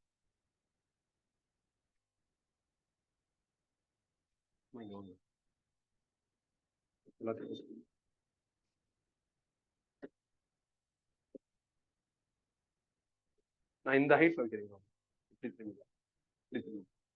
இந்த நான் நிக்கிற மாதிரி இதே ஹைட்ல. இப்ப இந்த ஒயிட் கலர் கியூப் இருக்கா, அதுல இந்த இடத்துல டாட் தெரியுதா, இதுதான் சார்ஜ். ஆலன் கவனி, இதுதான் சார்ஜ். இது ஒரு கார்னர்ல இருக்கு, இதை இங்க வச்சுட்டா. இப்ப நீங்க என்ன பண்ணா, இதே சைஸ்ல இன்னொரு 7 கியூப போட்டு எப்படியாவது அந்த சார்ஜ் 7 கியூப் போட்டதுக்கு அப்புறம் டோட்டலா பெரிய கியூபா மாறும். அந்த பெரிய கியூபோட சென்டர்ல வர மாதிரி பண்ணும். அப்ப 7 கியூபை எப்படி அடுக்கிறது, அதான் முக்கியம். எப்படி அடுக்கணும் அப்படின்னா, இந்த சார்ஜ நீ டச் பண்ண முடியாத மாதிரி கியூப்ஸ வந்து லாக் பண்ணும், பிளாக் பண்ணும். எப்படின்னா, இப்ப இந்த பக்கம் போனா இந்த சார்ஜ டச் பண்ணிடலாமா, அப்ப இங்கிட்ட ஒரு கியூப் போட்டு. இப்படி வந்தா இந்த சார்ஜ டச் பண்ணிடலாமா, பிளாக் பண்றதுக்கு இங்கிட்ட ஒரு கியூப் போடும். இப்படி வந்தா சார்ஜ டச் பண்ணிடலாமா, அப்ப இங்கிட்ட ஒரு கியூப் போடும். இப்ப மேல இருந்து நான் சார்ஜ டச் பண்ணலாமா, 4 விதமா வரலாம். இப்படி வரலாம், இப்படி வரலாம், இப்படி வரலாம், நேராவும் போலாம். அப்ப மேல 4 கியூப் போட்டு லாக் பண்ணும். இங்க ஒரு கியூப், இங்க ஒண்ணு, இங்க ஒண்ணு, இங்க ஒண்ணு. இப்ப யோசிச்சு பாருங்க, இது ஒரு பெரிய கியூபா தெரியுதா? இந்த பெரிய கியூபோட சென்டர்ல தான் என்ன இருக்கு, அந்த சார்ஜ் இருக்கு. அப்ப இந்த பெரிய கியூபுக்கு நீ என்ன பண்ணலாம், காஸ்லா அப்ளை பண்ணலாம். காஸ்லா இன்சைட் காசியன் சர்ஃபேஸ் சார்ஜ் இருந்தா வேலை செய்யும். இப்ப inside this Gaussian surface charge இருக்கிற மாதிரி இருக்கா, அப்ப இதுக்கு நீங்க காஸ்லா அப்ளை பண்ணலாம். அப்ப இதுக்கு காஸ்லா அப்ளை பண்ணி ஆன்சர் எடுத்துக்கணும். எப்படி அப்ளை பண்றது, இப்ப இதோட நான் 7 கியூப சேர்த்து ஒரு டயக்ராம் போர்ட்ல போடணும். உண்மையா சொல்றதா இருந்தா எனக்கு ஒரு கியூபே ஒழுங்கா வரைய தெரியாது. இதுல நான் 7 கியூப போட்டு 7 கியூபும் டிஃபரெண்ட் கலர்ஸ்ல போட்டு அதை சரி பண்ணா கஷ்டம். அதனாலதான் நான் கியூப வச்சு சொல்லிட்டேன். வீட்டுல ஏதாவது டாய்ஸ் இந்த மாதிரி இருந்ததுன்னா வச்சு பாரு, நீ உனக்கே தெரிஞ்சிடும். இல்லைன்னா இப்ப நான் கிளாஸ் முடிச்சோட வெரிஃபை பண்ணி பார்ப்பேன். இப்ப அடுத்து என்ன, இதோட 7 கியூப செட் பண்ணிட்டா now that structure will become as well ready to apply Gauss law அப்படிங்கிற மாதிரி கன்வெர்ட் ஆகுது. அப்படின்னா காஸ்லாவுக்குள்ள போவோம். காஸ்லா படி எலக்ட்ரிக் பிளக்ஸோட formula Q net by epsilon naught. So நான் electric flux for that big cube கண்டுபிடிக்க போறேன். அப்ப பிக் கியூப்குள்ள என்ன சார்ஜ் இருக்குன்னா ஒரே ஒரு சார்ஜ் தான் இருக்கு, which is Q by epsilon naught. Based on this result, நான் electric flux for small cube பண்ணணும். பாருங்கப்பா, மொத்தம் எத்தனை ஸ்மால் கியூப் இருக்குன்னா 8 இருக்கு. கரெக்ட் தானே? இது ஒரு 4 8 இருக்கு. கரெக்ட் தானே? கீழே ஒரு 4, மேல ஒரு 4. இந்த 8 ஸ்மால் கியூபும் சேர்ந்துதான் ஒரு பெரிய கியூப். அதோட ரிசல்ட் இது. அப்ப இதுல இருக்கிற ஒரு ஸ்மால் கியூபுக்கு என்ன வரும், மொத்தம் 8 ஸ்மால் கியூபுக்கு Q by epsilon நாட்னா ஒரு ஸ்மால் கியூபுக்கு என்ன ஆகும் அப்படின்னா Q by 8 epsilon நாட். நான் ஏற்கனவே சொன்னதான், இங்கே சொன்னதான், யாருக்கு நீ காஸ்லா அப்ளை பண்ணி ரிசல்ட் எடுத்திருக்கியோ அவங்கள வச்சு அடுத்தடுத்த ரிசல்ட் டெவலப் பண்ண முடியும். இந்த மாதிரி அப்டேட்டட் ரிசல்ட்டை வச்சு அனதர் அப்டேட்டட் ரிசல்ட் எடுக்க முடியாது. நீ இங்க இருந்து என்ன பண்ணணும் அப்படின்னா electric flux for one face of small cube பண்ணணும். அது எவ்வளவு வரும் அப்படின்னா Q by 24 epsilon naught. எப்படி நீ இதுல இருந்து ஒரு ஒரு ஸ்மால் கியூப்ல 6 ஃபேஸ் இருக்கு, அப்ப இது 6ஆல டிவைட் பண்ணா இந்த ஆன்சர் வந்துரும்னு யோசிக்க முடியாது. தப்பாய். Always you collect the answer from the major one. எதுக்கு நீ காஸ்ல அப்ளை பண்ணிருக்கே அதான் மேஜர். அவன்கிட்ட இருந்து தான் எல்லா சப்ளிமெண்டரியும் எடுக்க முடியும். இப்ப நான் எப்படி 24 போட்டேன்னா கவுண்ட் பண்ணி தான் போட்டிருக்கேன். பாருங்க, கவுண்ட் பண்ணுங்க. 1 2 3 4 ஸ்மால் ஃபேஸஸ் இருக்கா. இப்ப இந்த பக்கம் ஒரு 4 வருமா, இந்த பக்கம் ஒரு 4 வருமா, இந்த பக்கம் ஒரு 4 வருமா, அப்ப டோட்டலா என்ன ஆயிடுச்சு 16. மேல ஒரு 4, பாட்டம்ல ஒரு 4, 24. அப்ப மிச்ச 24 ஃபேஸஸ் எங்க போச்சு, உள்ள மாட்டி. உள்ள மாட்டினதெல்லாம் நாட் அக்கௌண்டபிள். வெளியே தெரியுறது மட்டும் தான் அக்கௌண்டபிள். நீ செங்கல்லாம் வச்சு சவுறு கட்டுற, பெயிண்ட் எதுக்கு அடிப்பா, எல்லா செங்கலுக்கும் அடிப்பா, வெளியே தெரியுறதுக்கு மட்டும் தான் அடிப்பா. அந்த மாதிரி தான் இது. இப்ப நீ கவுண்ட் பண்ணி பார்த்தா 24 ஸ்மால் ஃபேஸ் இருக்கு. மொத்தமா 24 ஸ்மால் ஃபேஸ் சேர்ந்தது ஒரு பிக் கியூபா இருக்கு. அதுக்கு இதான் ரிசல்ட்னா ஒரு ஸ்மால் ஃபேஸ்க்கு இது. 8 ஸ்மால் கியூப் சேர்ந்தது ஒரு பிக் கியூபா இருக்கு. அதுக்கு இது ரிசல்ட் அப்படின்னா ஒரு ஸ்மால் கியூபுக்கு இது. இப்ப இவங்க இந்த கியூபுக்கு ரிசல்ட் கேட்டிருக்காங்க. இந்த கியூபுக்கு இதான். கரெக்ட் தானே? இந்த கியூபுக்கு உன்னால காஸ்லா அப்ளை பண்ண முடியாது, ஏன்னா சிமெட்ரியா இல்ல. அப்ப சிமெட்ரிக்கு ஃபார்ம் பண்ணி காஸ்லா அப்ளை பண்ணி ஆன்சர் எடுத்து அந்த ஆன்சர்ல இருந்து உன்னோட தேவையை உருவாக்கி. ஒரு படத்துல வரும், ஏதோ 17 ஆட்டுக்குட்டியோ என்னமோ இருக்கும். அதை வந்து அண்ணன் தம்பி 3 பேர் பிரிச்சுக்கிறோம். இருக்கிறல பாதிய ஒருத்தவங்க பிரிச்சுக்கிறணும், அதுல பாதி மிச்சம் இருக்கிறதுல பாதி ஒருத்தவன், அதுல பாதி ஒருத்தவன், இப்படி பிரிக்கணுங்கிற மாதிரி ஒரு ஸ்கீம் வரும். எப்படி பிரிக்கிறது? 17 டிவைட் பண்ணா 8.5 8.5 வரும். எப்படி டிவைட் பண்ண முடியும்? பண்ண முடியாது. ஆட வெட்டவும் கூடாது அப்படின்றாங்க. அப்ப அந்த படத்துல பஞ்சாயத்து தலைவரா வடிவேலு தான் இருப்பாரு. அவர் ஒரு ஆட்டை சேர்த்துருவாரு. 17 பிளஸ் 8 என்ன ஆயிடும்? 18 ஒரு ஆடு அவரோட ஆடை சேர்த்தா 18. அதுல பாதி அவன் 9 அதுக்கப்புறம் என்ன பண்ணுவார் அப்படின்னா, அதுல 3ல 2 பங்கு ஒரு ஆளுக்கு கொடுக்கணும், 1 பங்கு ஒரு ஆளுக்கு கொடுக்கணும்னு பிரிப்பாங்க. அந்த மாதிரி ஒரு 17ங்கிற நம்பர் வராது, வேற ஏதோ ஒரு நம்பர் வரும். அதை கரெக்டா டிவைட் பண்ணிட்டு அவரோட ஆட்டையை எடுத்துக்குவாரு. அந்த மாதிரிதான் இது. நம்ம 7 கியூபை சேர்த்து என்ன பண்றோம்? தேவையானதை உருவாக்கிட்டு, உருவாக்குனதுக்கு அப்புறம் 7 கியூபை தூக்கிட வேண்டியதுதான். நீ இதை ஃபைனல் ரிசல்ட்னு சொல்லிடக்கூடாது. நீ அடிஷனலா சேர்த்து ஒரு ரிசல்ட் எடுத்தா அதை எப்படி நான் ஏத்துக்க முடியும்? நான் கேட்டது இதான். அப்ப இதுக்கான ரிசல்ட் என்னவோ அதான். இப்ப நாம கன்க்ளூஷன் பண்ணுவோம். என்ன கன்க்ளூஷன்? நான் உனக்கு தெளிவா புரியுற மாதிரி கியூபெல்லாம் வச்சுதான் சொல்லி கொடுத்துருக்கேன். இல்லங்க எனக்கு புரியல, ஒரு மாதிரி குழப்பமா இருக்கு, நீங்க சொல்றதெல்லாம் கன்ஃபியூஸ் ஆகுதுன்னா எந்த பிரச்சனையும் கிடையாது. நீ ஃபார்முலாஸ் தான் ஞாபகம் வச்சுக்கோ. அவ்வளவு. இந்த மாதிரி சென்டர்ல ஒரு சார்ஜ் இருந்ததுன்னா கியூப்னா இதான் ரிசல்ட், ஸ்மால் ஃபேஸ்னா இதான் ரிசல்ட். கார்னர்ல இருந்ததுன்னா கியூப்னா இதான் ரிசல்ட், ஸ்மால் ஃபேஸ்னா இதான் ரிசல்ட். இது மாறாது. எது மாறும்? நாளைக்கு நான் கியூக்கு பதில் 5 கியூ கொடுத்தா எல்லா இடத்துலயும் 5 கியூன்னு போட போறேன்.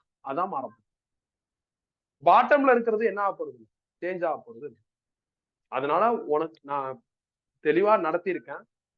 நீ இதுபடியே படிச்சுக்கலாம். ஆனா நீ ஒரு தடவையும் கியூபை வச்சு அடிக்கி பார்க்கணும்னு அவசியம் இல்லைல்ல. அண்டர்ஸ்டாண்ட் பண்ணிக்கிட்டதுக்கு அப்புறம் இதை ஈஸியா மெமரி பண்ணிக்கலாம்ல. அண்டர்ஸ்டாண்ட் பண்ணாம மெமரி பண்றதுக்கும் அண்டர்ஸ்டாண்ட் பண்ணிட்டு மெமரி பண்றதுக்கும் நிறைய வித்தியாசம். நீ எக்ஸாம்ல போயிட்டு நிறைய டைம் வேஸ்ட் பண்ணிட்டு இருக்க வேண்டிய அவசியம்.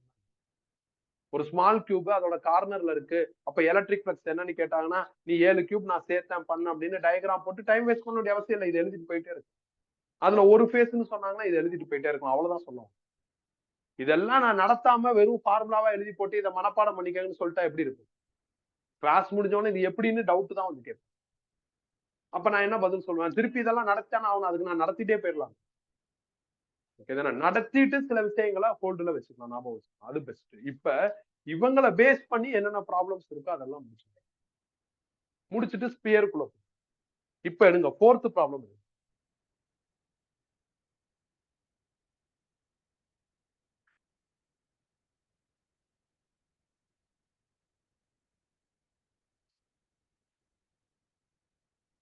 A point charge Q is located at the center of the cube of side L.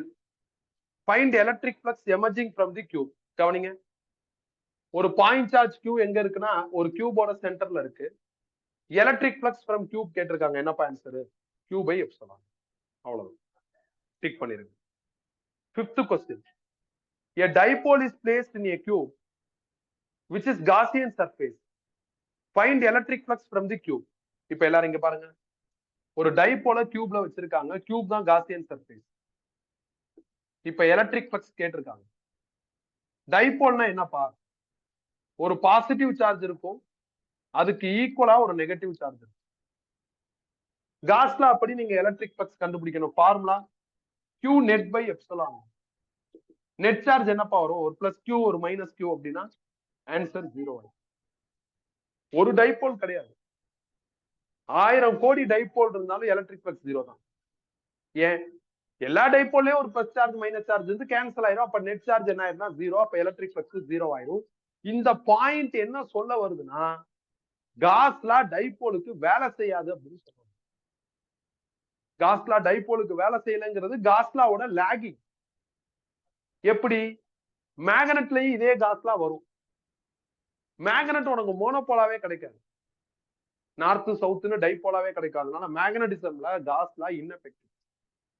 சார்ஜ்ல effective. ஏன்? சார்ஜ்ல மோனோ சார்ஜ், இண்டிவிஜுவல் சார்ஜ் கிடைக்கும். ஒரு பிளஸ் சார்ஜ் ஒரு மைனஸ் சார்ஜ் தனித்தனியா கிடைக்கும். டைபோல் ஒரு அடிஷனல் ஸ்ட்ரக்சர் தான். இதுவும் கிடைக்கும், அதுவும் கிடைக்கும், தனியும் கிடைக்கும், சேர்ந்தும் கிடைக்கும். மேக்னெட்ல அப்படி நீ எப்பயுமே ஒரு நார்த் போல் ஒரு சவுத் போல்னு தனியா பிரிக்க முடியும். அப்ப இந்த காஸ்லா இங்கயோட நிக்க போறது இல்லை. இந்த காஸ்லா மேக்னடிசம்குள்ளே வரப்போகுது. மேக்னடிசமையும் எலக்ட்ரோஸ்டாட்டிக்ஸையும் கம்பேர் பண்ணி ஒரு 25% சிலபஸ் நம்மளுக்கு இருக்கு. இதை நல்லா ஸ்ட்ராங்கா படிச்சோம்னா அங்க 25% நாம என்ன பண்ணிக்கலாம்? ஈஸியா முடிக்கும். ஒரு சின்ன சாப்டரை கம்ஃபர்டபுளா முடிச்சுட்டு வரலாம். இது நல்லா வச்சிருக்கணும். அன்னைக்கு நான் நடத்துவேன், ரிவைஸ் பண்ணுவேன், எல்லாம் ஓகே. அது என்னோட லாஜிக். அது ஃபேவர் டு ஸ்டூடெண்ட். நீ நல்லா படிச்சிருந்தாதான் அது நல்லா இருக்கும். அதனால தெளிவா படிச்சு வச்சுக்கோ. 5th question over. 6th question எடுங்க. A dipole is placed in, sorry, 6th question. The electric flux passing through a cube of side A which hold a charge Q at one of its corner is, கவனிங்கப்பா, ஒரு கியூபோட ஒரு கார்னர்ல charge இருக்கு. அப்ப electric flux என்னன்னு கேக்குறாங்க. இதான் electric flux Q/8 epsilon. Correct தானே? அதை உருவாக்குறதுக்கு நம்ம நிறைய எஃபோர்ட் போட்டிருக்கோம். அது இனிமேல் தேவை. அது பை Q/8 எப்சிலான் ஸ்ட்ரைட்டா இருக்கு. 7th கொஸ்டின் எடுங்க, இம்பார்ட்டன்ட் போட்டுது. The adjoining figure shows a spherical Gaussian surface and a charge distribution. When calculating the flux of electric field through the Gaussian surface, the electric field will be due to அப்படின்னு கேட்டிருக்காங்க. இந்த மாதிரி ஒரு diagram கொடுத்திருக்காங்க. இந்த டயக்ராம்ல ஒரு +Q1 ஒரு -Q2 Gaussian சர்ஃபேஸ்க்குள்ள இருக்கு. ஒரு Q3 வந்து வெளியே இருக்கு. நான் அண்டர்லைன் பண்ணிருப்பேன் பாருங்க. Electric field will be due to அப்படின்னு இருக்கும். எலக்ட்ரிக் ஃபீல்ட் யாருனால வருதுன்னு கேக்குறாங்க. எலக்ட்ரிக் ஃபீல்ட் எல்லா சார்ஜ்னாலே வரும். நீ எலக்ட்ரிக் ஃபீல்ட வச்சு எலக்ட்ரிக் ஃப்ளக்ஸ கண்டுபிடிக்க போற, அது அடுத்த பஞ்சாயத்து. எலக்ட்ரிக் ஃபீல்ட் யாருனால வருது? ஃபாரடே என்ன சொல்றாரு? யாரெல்லாம் சார்ஜோ அவங்க சுத்தி எல்லாம் என்ன இருக்கும்? இன்விசிபிள் இம்பாக்ட் இருக்கும். அதுக்கு பேர் தான் எலக்ட்ரிக் ஃபீல்ட் சொல்றாரு. அப்ப electric field will be due to all 3 charge. அப்ப நீ எதை பிக் பண்ணும்? Q1, Q2, Q3 அந்த ஆப்ஷன். சப்போஸ் இதே கொஸ்டின்ல எலக்ட்ரிக் ஃப்ளக்ஸ் யாருனால வருதுன்னு கேட்டா அப்ப எதை பிக் பண்ணும்? காசியன் சர்ஃபேஸ்க்குள்ள இருக்கிறவங்க மட்டும் தான் அக்கௌண்டபிள். அப்ப அதை மட்டும் பிக் பண்ணும். கவனமா இருக்கணும். இந்த கொஸ்டின் வித்தியாசமான கொஸ்டின். ஏன்னா நம்ம எல்லாரும் என்ன பண்ணுவோம், காஸ்லாவுக்குள்ள இந்த கேள்வி வருது, காசியன் சர்ஃபேஸ் உள்ள இருக்கிறத மட்டும் கவுண்ட் பண்ணும். ஸோ கேர்ஃபுல்லா இருக்கும். டிக் பண்ணிருங்க. டிக் பண்ணிட்டு நேரா எங்க போகணும்னா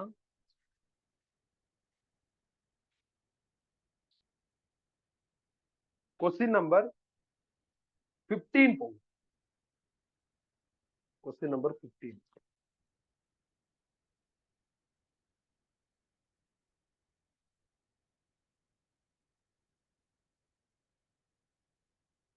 An electric dipole of dipole moment 20 into 10 power minus 6 coulomb meter is enclosed by a closed surface. What is the net flux coming out of the surface அப்படின்னு கேட்டிருக்காங்க. என்னப்பா வரும்? 0 தான் வரும். ஏன்னா டைபோலுக்கு காஸ்லா வேலை செய்யாதுன்னு ஆல்ரெடி முடிவு பண்ணிட்டேன். அப்ப அவங்க டைபோல்னு சொன்னாலும் டைபோல் மூமெண்ட் டேட்டா கொடுத்தாலும் அது டைபோல தான் மீன் பண்ணும். அதனால ஏதோ ஒரு நம்பர் இருக்குன்னு பார்த்து கன்ஃபியூஸ் ஆயிடும். பாயிண்ட் ரொம்ப simple. Net charge of dipole 0. Gauss law net charge இருந்தா தான் வேலை செய்யும், இல்லைன்னா வேலை செய்யாது. அப்ப எலக்ட்ரிக் ஃப்ளக்ஸ் 0. அடுத்து 16 எடுங்க. A charge Q microcoulomb is placed at the center of a cube. What is the electric flux coming out from any one face of cube? ஒரு சென்டர்ல, ஒரு கியூபோட சென்டர்ல ஒரு சார்ஜ் இருக்கு. எனி ஒன் ஃபேஸ் ஆஃப் கியூப்ல உள்ள electric flux கேட்டிருக்காங்க. அதுக்கு என்னப்பா ஃபார்முலா? Q/6 epsilon not. இதுல இந்த Qக்கு பதில் அவங்க என்ன வேல்யூ கொடுத்திருக்காங்கன்னா Q மைக்ரோ கூலும்னு சொல்லியிருக்காங்க. மைக்ரோனா 10 பவர் -6 6 3 எப்சிலான் நாட்டோட value 8.854 into 10 power -7 sorry -12. Solve பண்ணா 0.0188 into 10 பவர் -6 Qன்னு வரும். அதுக்கப்புறம் யூனிட் எழுதணும். Newton metre square coulomb power minus. நான் இதுல இந்த Q இருக்கு பாத்தீங்களா, இதை மிஸ் பண்ணிட்டேன். இதை மட்டும் கடைசி ஆன்சருக்கு பக்கத்துல எழுதிருங்க. எழுதிட்டீங்களா? புரியுது.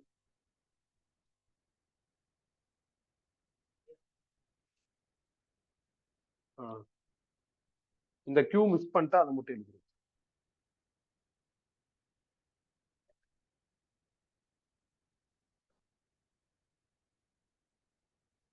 ஓகேவா? இப்ப கியூப் ரிலேட்டடா எல்லாம் முடிச்சாச்சு.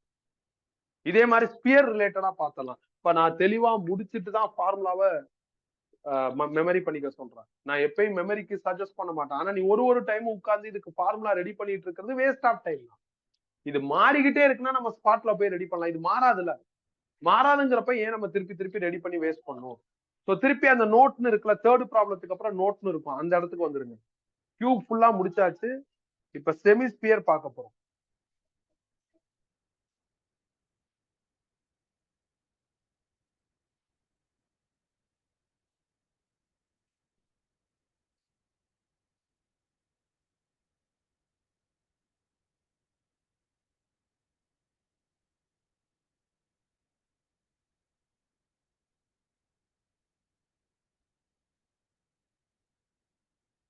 கவனி, ஒரு செமிஸ்பியர் இருக்கு, இதுல ஒரு சார்ஜ் இங்க இருக்கு, எலக்ட்ரிக் பிளக்ஸ் கால்குலேட் பண்ண சொல்றாங்க. நம்ம லாஜிக் படி சிமெட்ரி வருதான்னு பாருங்க, இதுல வராது. நீங்க இப்படி கட் பண்ணா 2 ஈவன் பீஸ் வரும், இப்படி கட் பண்ணா வராது. நீ இஷ்டத்துக்கு கட் பண்ண முடியாது. எப்படி கட் பண்ணும்? சார்ஜ் ரெஃபரன்ஸா வச்சுதான் கட். அப்ப இத சிமெட்ரியா மாத்தணும். அப்ப நான் என்ன பண்றேன்னா, இதே மாதிரி இன்னொரு செமிஸ்பியரை மேல வைக்கிறேன். ஒரு பாயில்டு எக்ல ஹாஃப் தி அமௌண்ட் மாதிரி தெரியுது இது பாக்க. அப்ப இன்னொரு ஹாஃபையும் மேல வச்சா என்ன ஆயிரும்? அது கம்ப்ளீட்டா மாறும். சோ அந்த மாதிரி டயக்ராமா மாறும். சோ இது ஏற்கனவே இருக்கிறது. இதுல நான் மேல ஒரு செமிஸ்பியர் வச்சுட்டா இதுல சிமெட்ரி வரும். இப்ப நீங்க எப்படி வேணாலும் கட் பண்ணி பாருங்க. எப்படி கட் பண்ணாலும் 2 பீஸ் என்ன ஆகும்னா ஈவனா தான் வரும்.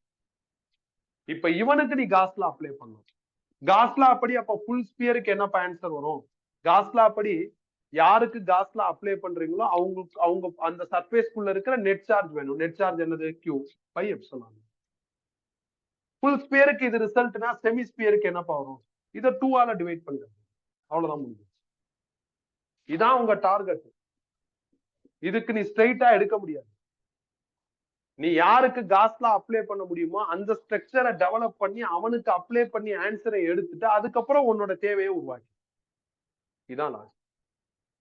சிமெட்ரி இல்ல காஸ்லா அப்ளை பண்ண முடியாது ஒண்ணு.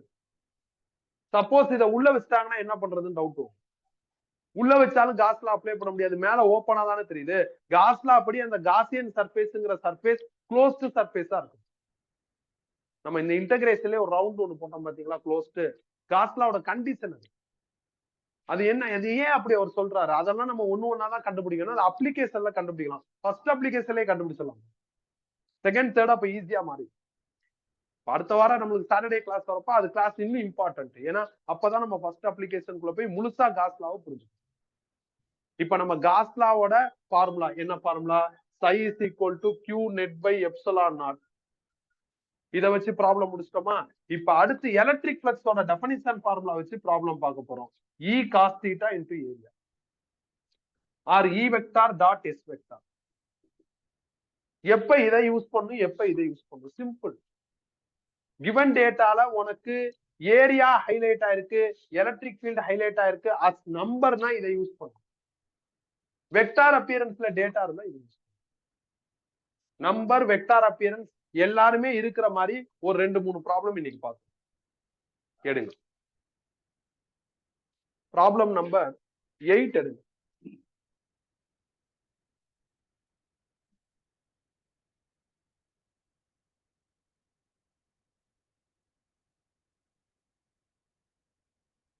A square frame of edge 10 centimeter is placed with its positive terminal, positive normal, making an angle of 60 degree with uniform electric field 20 volt meter inverse. Find electric flux through the surface bounded by the frame அப்படிங்கிறாங்க. அதாவது எல்லா டேட்டாவும் கொடுத்துட்டு electric flux கேட்டிருக்காங்க. டேட்டாஸ்லாம் நம்பர்ஸா இருக்கு. அப்ப electric ஃப்ளக்ஸோட ஃபார்முலா என்னன்னா E cos theta S. ஏன் E cos theta Sனா சிம்பிள். E கொடுத்துட்டு எலக்ட்ரிக் ஃப்ளக்ஸ் வருது. சார்ஜ் கொடுத்துட்டு இதே எலக்ட்ரிக் ஃப்ளக்ஸ் ஏற்றுதானா நான் காஸ்லாவுக்குள்ள போயிருப்பேன். எலக்ட்ரிக் ஃபீல்டு கொடுத்துட்டு எலக்ட்ரிக் ஃப்ளக்ஸ்னா நான் இதுக்குள்ள வந்து. எலக்ட்ரிக் ஃபீல்டு எவ்வளவு சொல்லியிருக்காங்கன்னா 20. தீட்டா அவங்களே ஆஃபர் பண்ணிட்டாங்க 60. ஏரியா சொல்லியிருக்காங்க ஸ்கொயர்னு சொல்லியிருக்காங்க. ஸ்கொயர்னா ஏரியாவோட ஃபார்முலா சைட் ஸ்கொயர்டு. சைடு எவ்வளவு சொல்லியிருக்காங்கன்னா 10 சென்டிமீட்டர். அதை நான் மீட்டரா மாட்டேன். இவ்வளவுதான் ஃபீடிங் அண்ட் கெட்டிங். அடுத்த கொஸ்டின் ஒண்ணு 9. In a region, the intensity of an electric field is given by E vector is equal to 2I cap plus 3J cap plus K cap in Newton Coulomb inverse. The electric flux through the surface S vector is equal to 10I cap meter squared in the region. Electric ஃபீல்டும் கொடுத்துட்டாங்க, ஏரியாவும் கொடுத்துட்டாங்க, vector அப்பியரன்ஸ்ல data கொடுத்துருக்காங்க, electric flux கேட்டிருக்காங்க. Electric field கொடுத்துட்டு electric flux கேட்டா நம்ம என்ன பண்ணோம்? இந்த ஃபார்முலா யூஸ் பண்ணலாம். கிவன் டேட்டா வெக்டார்ல இருக்கிறதுனால E vector dot S vector. E vector value ரெடிமேடா இருக்கு. என்ன இருக்கு? 2I cap plus 3J cap plus K capனு இருக்கு. டாட் எஸ் வெக்டாருக்கு பதில் 10 ஐ கேப்னு போடும். இப்ப நாம டாட் ப்ராடக்ட் பண்ணும் அப்படின்னா I to I, J to J, K to K multiply பண்ணும். இதுல ஐல என்ன இருக்குன்னா 2, இதுல ஐல 10. அப்ப 2 into 10 என்ன ஆகும்னா 20. டாட் ப்ராடக்ட்னா concern product I to I, J to J, K to K வரும். J, K இருக்கு, அதுல இல்ல விட்டுறலாம். அப்ப இதான் இதுல கிவன் டேட்டா அவங்களே வெக்டார்ல ஆஃபர் பண்ணி இந்த ஃபார்முலா தான் பிக் பண்ணுங்கிற கிளாரிட்டியை கொடுத்துட்டாங்க. போன ப்ராப்ளத்துல கிவன் டேட்டா நம்பரா கொடுத்ததுனால இ காஸ் தீட்டா எஸ் எடுக்கணும் அப்படின்னு நம்மளுக்கு கிளாரிட்டி கொடுத்துட்டாங்க. ஸோ டிக் பண்ணிடலாம். 9 டிக் பண்ணிட்டு 10 எடுங்க, இம்பார்ட்டன்ட் போடுங்க.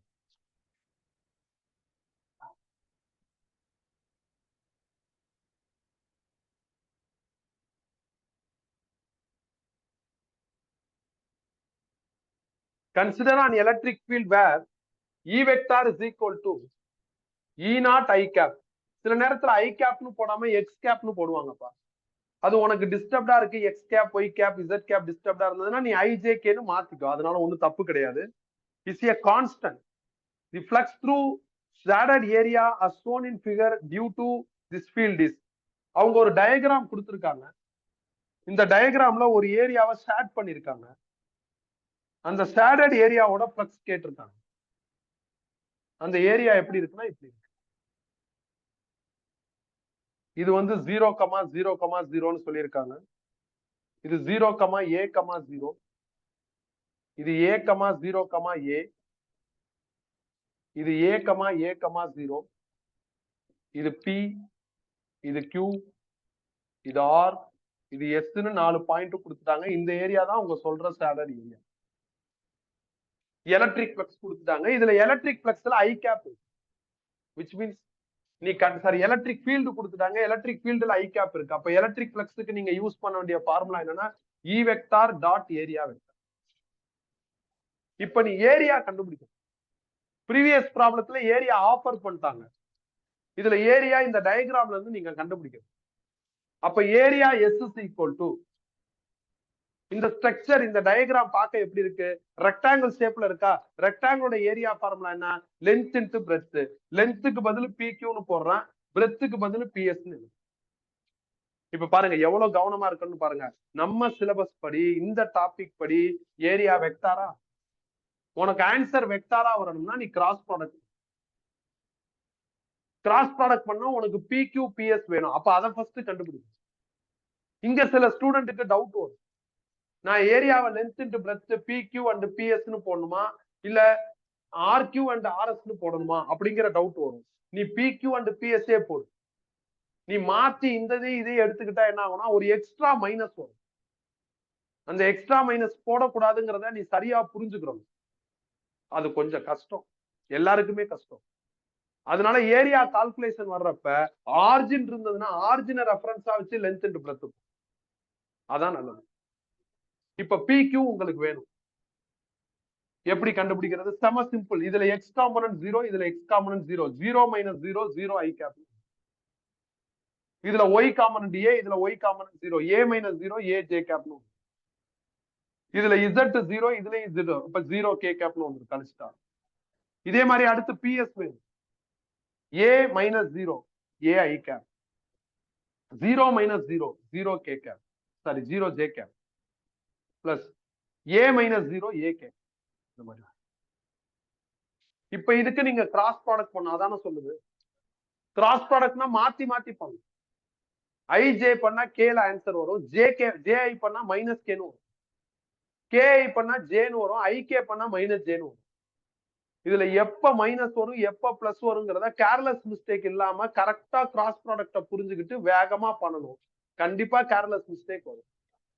அதனால கிராஸ் ப்ராடக்ட் வரப்ப நீ என்ன பண்ணலாம்னா உண்மையிலுமே கிராஸ் ப்ராடக்ட் பண்ணா என்ன ஆன்சர் வருமோ அதே ஆன்சரை ஆஃபர் பண்ற ஷார்ட்கட் மெத்தட் ஆகிய மேட்ரிக்ஸ் மெத்தடை ஃபாலோ பண்ணுங்க. மேட்ரிக்ஸ் மெத்தட் படி நீங்க என்ன பண்ணணும்? ஃபர்ஸ்ட் ஒரு மேட்ரிக்ஸ் ஃபார்ம் பண்ணி IJK போட்டுறணும். ஆல்ரெடி டார்க்ல ஒரு ப்ராப்ளம் இந்த மாதிரி நடத்திருக்கு. அடுத்து PQ ஓட கோஎஃபிஷியன்ட் போடுங்க. என்ன இருக்கு? 0A0. அப்ப 0A0. அடுத்து PS ஓட கோஎஃபிஷியன்ட் போடுங்க. A0A, A0. இப்ப இதுல நீங்க டிட்டர்மினன்ட் ஸ்டைல் ஃபாலோ பண்ணுங்க. அது நீ இப்ப படிக்க ஆரம்பிச்சிருப்ப மேட்ரிக்ஸ் டிட்டர்மினன்ட், அதை அப்படியே ஃபாலோ பண்ணுங்க. ஃபர்ஸ்ட் ஐ கேப் போட்டுட்டு அந்த ரோ காலமா க்ளோஸ் பண்ணிடுங்க. அப்போ உனக்கு 4 நம்பர் தெரியும்.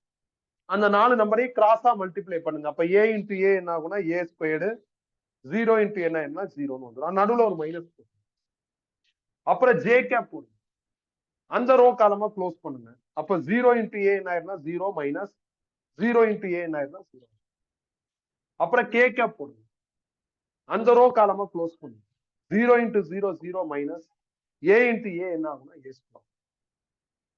நெக்ஸ்ட் இங்க ஒரு முன்னாடி பிளஸ் மைனஸ் பிளஸ் போட்டு சால்வ் பண்ணுங்க. அப்ப a squared I cap minus a square K கேப்னு வருது. இப்ப இதை ஏரியாவுக்கு பதில் இங்க ஃபில் பண்ணுங்க. அப்ப electric flux I is equal to E வெக்டாருக்கு பதில் E naught I cap dot S வெக்டாருக்கு பதில் a squared I cap minus a squared K gap dot ப்ராடக்ட்னா I to I J to J K to Kன்னு பண்ணும். அப்படி பண்ணா உங்களுக்கு E நாட் a ஸ்கொயர்னு ஆன்சர். நீ மேபி இவ்வளவு யோசிக்காம ஒரு லாஜிக் ஆஸ்பெக்ட்ஸ்ல யோசிச்சா கூட இந்த ஆன்சர் வரும். ஆனா சில நேரங்கள்ல இந்த ஆன்சர் நம்மளுக்கு மைனஸ்ல வந்துச்சுன்னா லாஜிக் ஆஸ்பெக்ட்ல யோசிக்கிறப்ப அந்த மைனஸ் வராது. இப்போ மாட்டிக்கும். அதனால நம்ம சிஸ்டமேட்டிக்கா ப்ரொசீஜர் படி ஆன்சர் எடுக்கிறதா நல்லது. அதுதான் நானும் பண்ணிருக்கேன். அவ்வளவுதான். அப்ப எலக்ட்ரிக் ஃப்ளக்ஸோட டெஃபனிஷன் ஃபார்முலாவை யூஸ் பண்ணி ப்ராப்ளம் டீல் பண்றது ஒரு ஸ்கில். இதுல இன்னும் சில ப்ராப்ளம்ஸ் எல்லாம் இருக்கு. நான் உனக்கு 2 ப்ராப்ளம் ஹோம்ஒர்க் கொடுத்துருவேன். அதை ஹோம்ஒர்க் போட்டுருங்க. எதுனா ப்ராப்ளம் நம்பர் 11 12. அதெல்லாம் ஸ்ட்ரெயிட் ப்ராப்ளம் தான். 13 14 அடுத்த கிளாஸ்ல நடத்துவான். 13 14 நான் நடத்துனதுக்கு அப்புறம் நீ அடிச்சுட்டு எழுதுற மாதிரி வரும். 15 16 முடிச்சாச்சு. 17 இப்ப முடிச்சிருவோம். 17 பயங்கர இம்பார்ட்டன்ட். முடிச்சாச்சுன்னா 18 அடுத்த கிளாஸ்ல பார்க்கணும். அப்ப அடுத்த கிளாஸ்ல நாம கொஞ்சம் தியரி ரீவைண்ட் பண்ணிட்டு அதுல ஒரு 3 ப்ராப்ளம் பார்த்துட்டு ஃபர்ஸ்ட் அப்ளிகேஷன் பாக்குறதுக்கு கரெக்டா இருக்கும். இப்ப நீங்க 17 எடுங்க. 17 ஒரு ஸ்டாண்டர்ட் ப்ராப்ளம் பா, நிறைய டைம் கேட்டிருக்காங்க.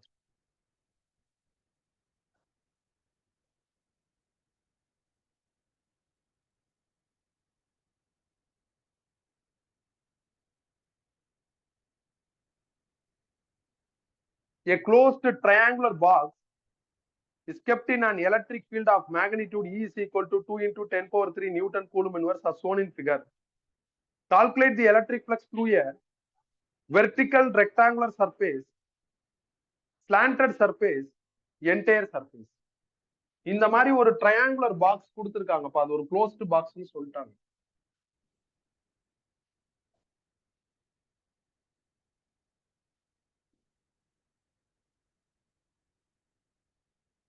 இதுல எலக்ட்ரிக் ஃபீல்டோட வேல்யூ கொடுத்துட்டாங்க.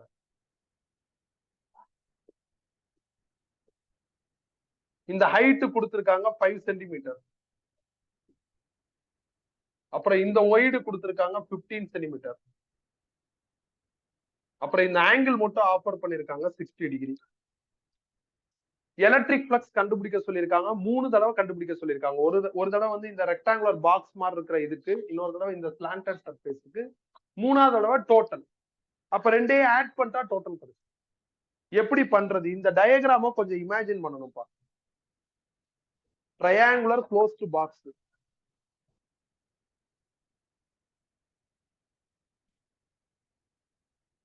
இப்படி இருக்கும். கரெக்டா? இதானே? இதுல இதான் என்னது?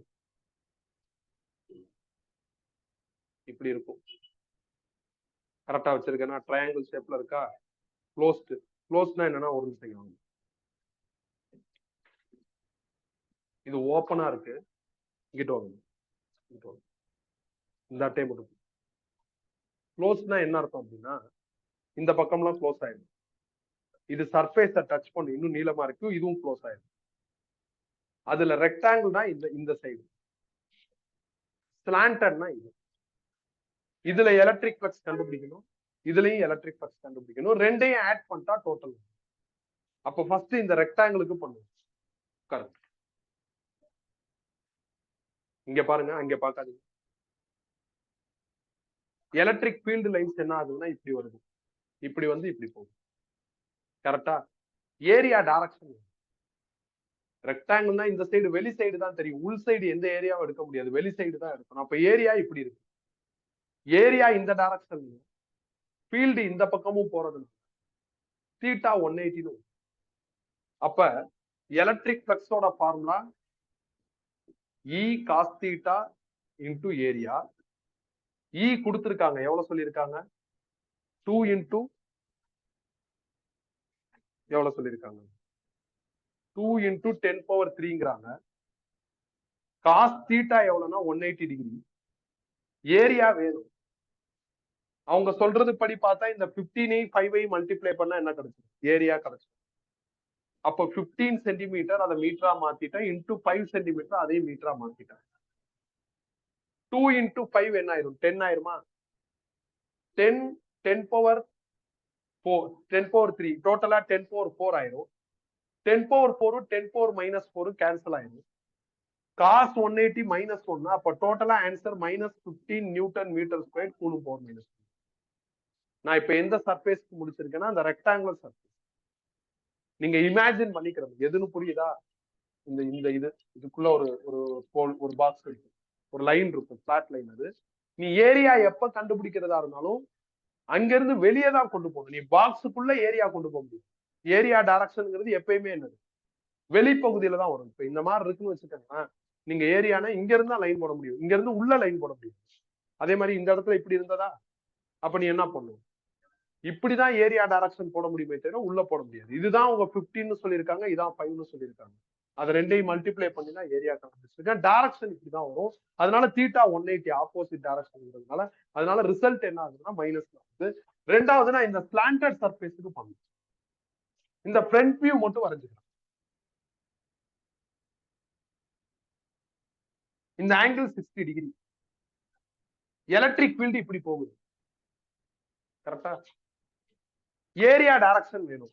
இதான ஏரியா. அப்ப என்ன பண்ணு சொல்லியிருக்கேன்? ஏரியானா நீ கரெக்டான மிட் பாயிண்ட்ல பாயிண்ட வச்சு ஒரு பெர்பெண்டிகுலர் லைன் வரையணும்னு சொல்லியிருக்கேன். அப்ப நான் வரையினா கரெக்டானு பாருங்க. மிட் பாயிண்ட்ல வச்சுட்டேன், ஒரு பெர்பெண்டிகுலர் லைன் வரையிறேன். இதான் ஏரியா. பாருங்க 90 டிகிரி. இப்ப இந்த ஈக்கும் எஸ்க்கும் நடுவுல இருக்கிற ஆங்கிள் தான் தீட்டா. இதுதான் நம்ம இந்த ஃபார்முலால பயன்படுத்தணும். E cos theta into S-ல E2 into 10 power 3 cos theta எனக்கு வேணும். அந்த ஆங்கிள் வேணும். எப்படி கண்டுபிடிக்கிறது? எனக்கு ஒரு ஐடியா இருக்கு. இது 60னா இது எவ்வளவு வரும்? இது 90 பர்பெண்டிகுலர்ங்கிறதுனால இது எவ்வளவு ஆயிரும்? 30 ஆயிரும். ஆல்டர்னேட் ஆங்கிள்ஸ் ஆர் ஈக்குவல்ங்கிற லாஜிக் படி இது 30னா இதுவும் என்ன ஆயிரும்? 30 ஆயிரும். அப்ப இது 60 ஆயிரும். ஏன்னா இது டோட்டலா 90. நீ அப்ப இந்த லைனை கரெக்டா போடும். பெர்பெண்டிகுலர் ஏரியா அப்படிங்கறது தியரியிலே சொல்லிட்டேன். அப்ப உனக்கு என்ன ஆகும்? இந்த இடத்துல cos 60. அப்புறம் எஸ் வேணும். எஸ்ங்கிறது ஸ்லாண்டட் ஏரியா தானே. இப்ப போன டைம் வந்து உனக்கு அந்த பாக்ஸ் மாதிரி இருந்த ஏரியா, இந்த டைம் ஸ்லாண்டட் ஏரியா. ஸ்லாண்டட் ஏரியாவோட 15 சென்டிமீட்டர்ங்கிற இந்த போர்ஷன் இருக்கு, இந்த லென்த் இல்ல. அப்பதான் லென்த்தையும் பிரெத்தையும் மல்டிப்ளை பண்ணி ஏரியா கண்டுபிடிக்க முடியும். அப்ப இது எனக்கு இல்ல. எது? இந்த லாங் ஹைபோட்டனஸ் சைடு வந்து எனக்கு இல்ல. அப்ப இதுல ஹைபோட்டனஸ் கண்டுபிடிக்கிறதுக்கு நான் என்ன பண்ணலாம்? இந்த ஹைட் இருக்கா, அப்ப நான் சைன் தீட்டா யூஸ் பண்ணலாம்னு நினைக்கிறேன். சைன் தீட்டாவும் யூஸ் பண்ணலாம், காஸ் தீட்டாவும் யூஸ் பண்ணலாம். இந்த ஆங்கிள் போட்டேன்னா காஸ் தீட்டா போயிரு, இந்த ஆங்கிள் வச்சு பண்ணேன்னா சைன் தீட்டா போயிரு. சைன் தீட்டா பண்ணா என்ன வரும் உங்களுக்கு? ஆப்போசிட் சைடோட போய் அந்த ஹைபோட்டனஸ் போர்ஷன் வரும். அதை கொஸ்டின் மார்க்னு போட்டிருக்கேன். இது வந்து கொஸ்டின் மார்க் கண்டுபிடிச்சா 10 சென்டிமீட்டர் வரும். ஏன்னா சைன் தீட்டாவோட வேல்யூ 1/2 கிராஸ் பண்ணா இந்த ஆன்சர். இப்ப ஏரியா கண்டுபிடிங்க. ஏரியாவோட ஃபார்முலா என்ன? Length into breadth. ஒன்னு 15 சென்டிமீட்டரா இருக்கு, இன்னொன்னு எவ்வளவு இருக்குன்னா 10 சென்டிமீட்டரா இருக்கு. 10 into 10 power 3 அப்படிங்கிறது 10 power 4 ஆயிரும். 10 power 4 10 power minus 4 கேன்சல் ஆயிரும். cos 60 1/2 cancel. cos 60 1/2 அந்த 1/2 2 கேன்சல் ஆகி உங்களுக்கு ஆன்சர் 15. இது ரெண்டையும் ஆட் பண்ணா டோட்டல் எலக்ட்ரிக் ஃப்ளக்ஸ் 0 ஆயிரும். அது மூணாவது. ஓகே தானே? நீ வந்து கொஞ்சம் ட்ரையாங்குலர் க்ளோஸ்ட் பாக்ஸ் ஏதாவது இருந்ததுன்னா கையில வச்சுட்டு பாரு. நான் இப்ப குழந்தையோட டாய்ஸ்ல தேடுறேன். இல்ல ஏதாவது ட்ரையாங்குலர் க்ளோஸ்ட் பாக்ஸ் வேற ஏதாவது பொருள் இருக்கான்னு பாக்குறேன். கடையில போய் இருந்ததுன்னா வாங்கி வச்சுட்டு வேணா அடுத்த வாரம் இன்னொரு தடவை கூட இந்த ப்ராப்ளம் பார்க்கலாம். ஓகே தானே? அவ்வளவுதான்ப்பா, முடிச்சாச்சு. இதுல நான் ஒரு சின்ன தப்பு பண்ணிருப்பேன் சொல்யூஷன்ல. ஒரு 10 power -2 எக்ஸ்ட்ராவா எழுதிட்டேன். எங்கன்னா செகண்ட் கேஸ் இருக்குல்ல, பி கேஸுக்கு 10 power -2 எக்ஸ்ட்ரா எழுதிட்டேன். அந்த 10 power -2 அடிச்சு விட்டுருங்க. வெறும் 15 தான். அவ்வளவுதான்.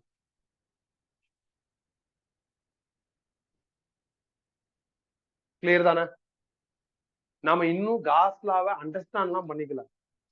எலக்ட்ரிக் ஃப்ளக்ஸோட டெஃபினிஷன் ஃபார்முலா வச்சு ஒரு 2-3 ப்ராப்ளம் பார்த்திருக்கோம். காஸ்லா ஃபார்முலா வச்சு சில ப்ராப்ளம் பார்த்திருக்கோம். அதுல கியூபா ஹைலைட் பண்ணும். ஓகே தானே? மத்தபடி எதுவும் பண்ணல. மேபி நம்ம அடுத்த கிளாஸ்ல வேணா ஒன்னும் பிரச்சனை இல்ல. ஒரு கிளாஸ் காஸ்லா எக்ஸ்ட்ரா ஆகுறதுனால ஒரு பிரச்சனையும் கிடையாது. நம்ம திருப்பி வேணாலும் என்ன பண்ணிக்கலாம், இந்த ப்ராப்ளம் டிஸ்கஸ் பண்ணிக்கலாம். இன்னொரு 3 ப்ராப்ளம் நான் விட்டு வச்சிருக்கலாம். அதை மட்டும் டிஸ்கஸ் பண்றதுக்கே நமக்கு 1/2 மணி நேரத்துக்கு மேல கூட ஆகும். 1 மணி நேரம் கூட ஆகும். ஓகே தானே? சோ அதனால அதை அடுத்த கிளாஸ்ல பார்ப்போம்.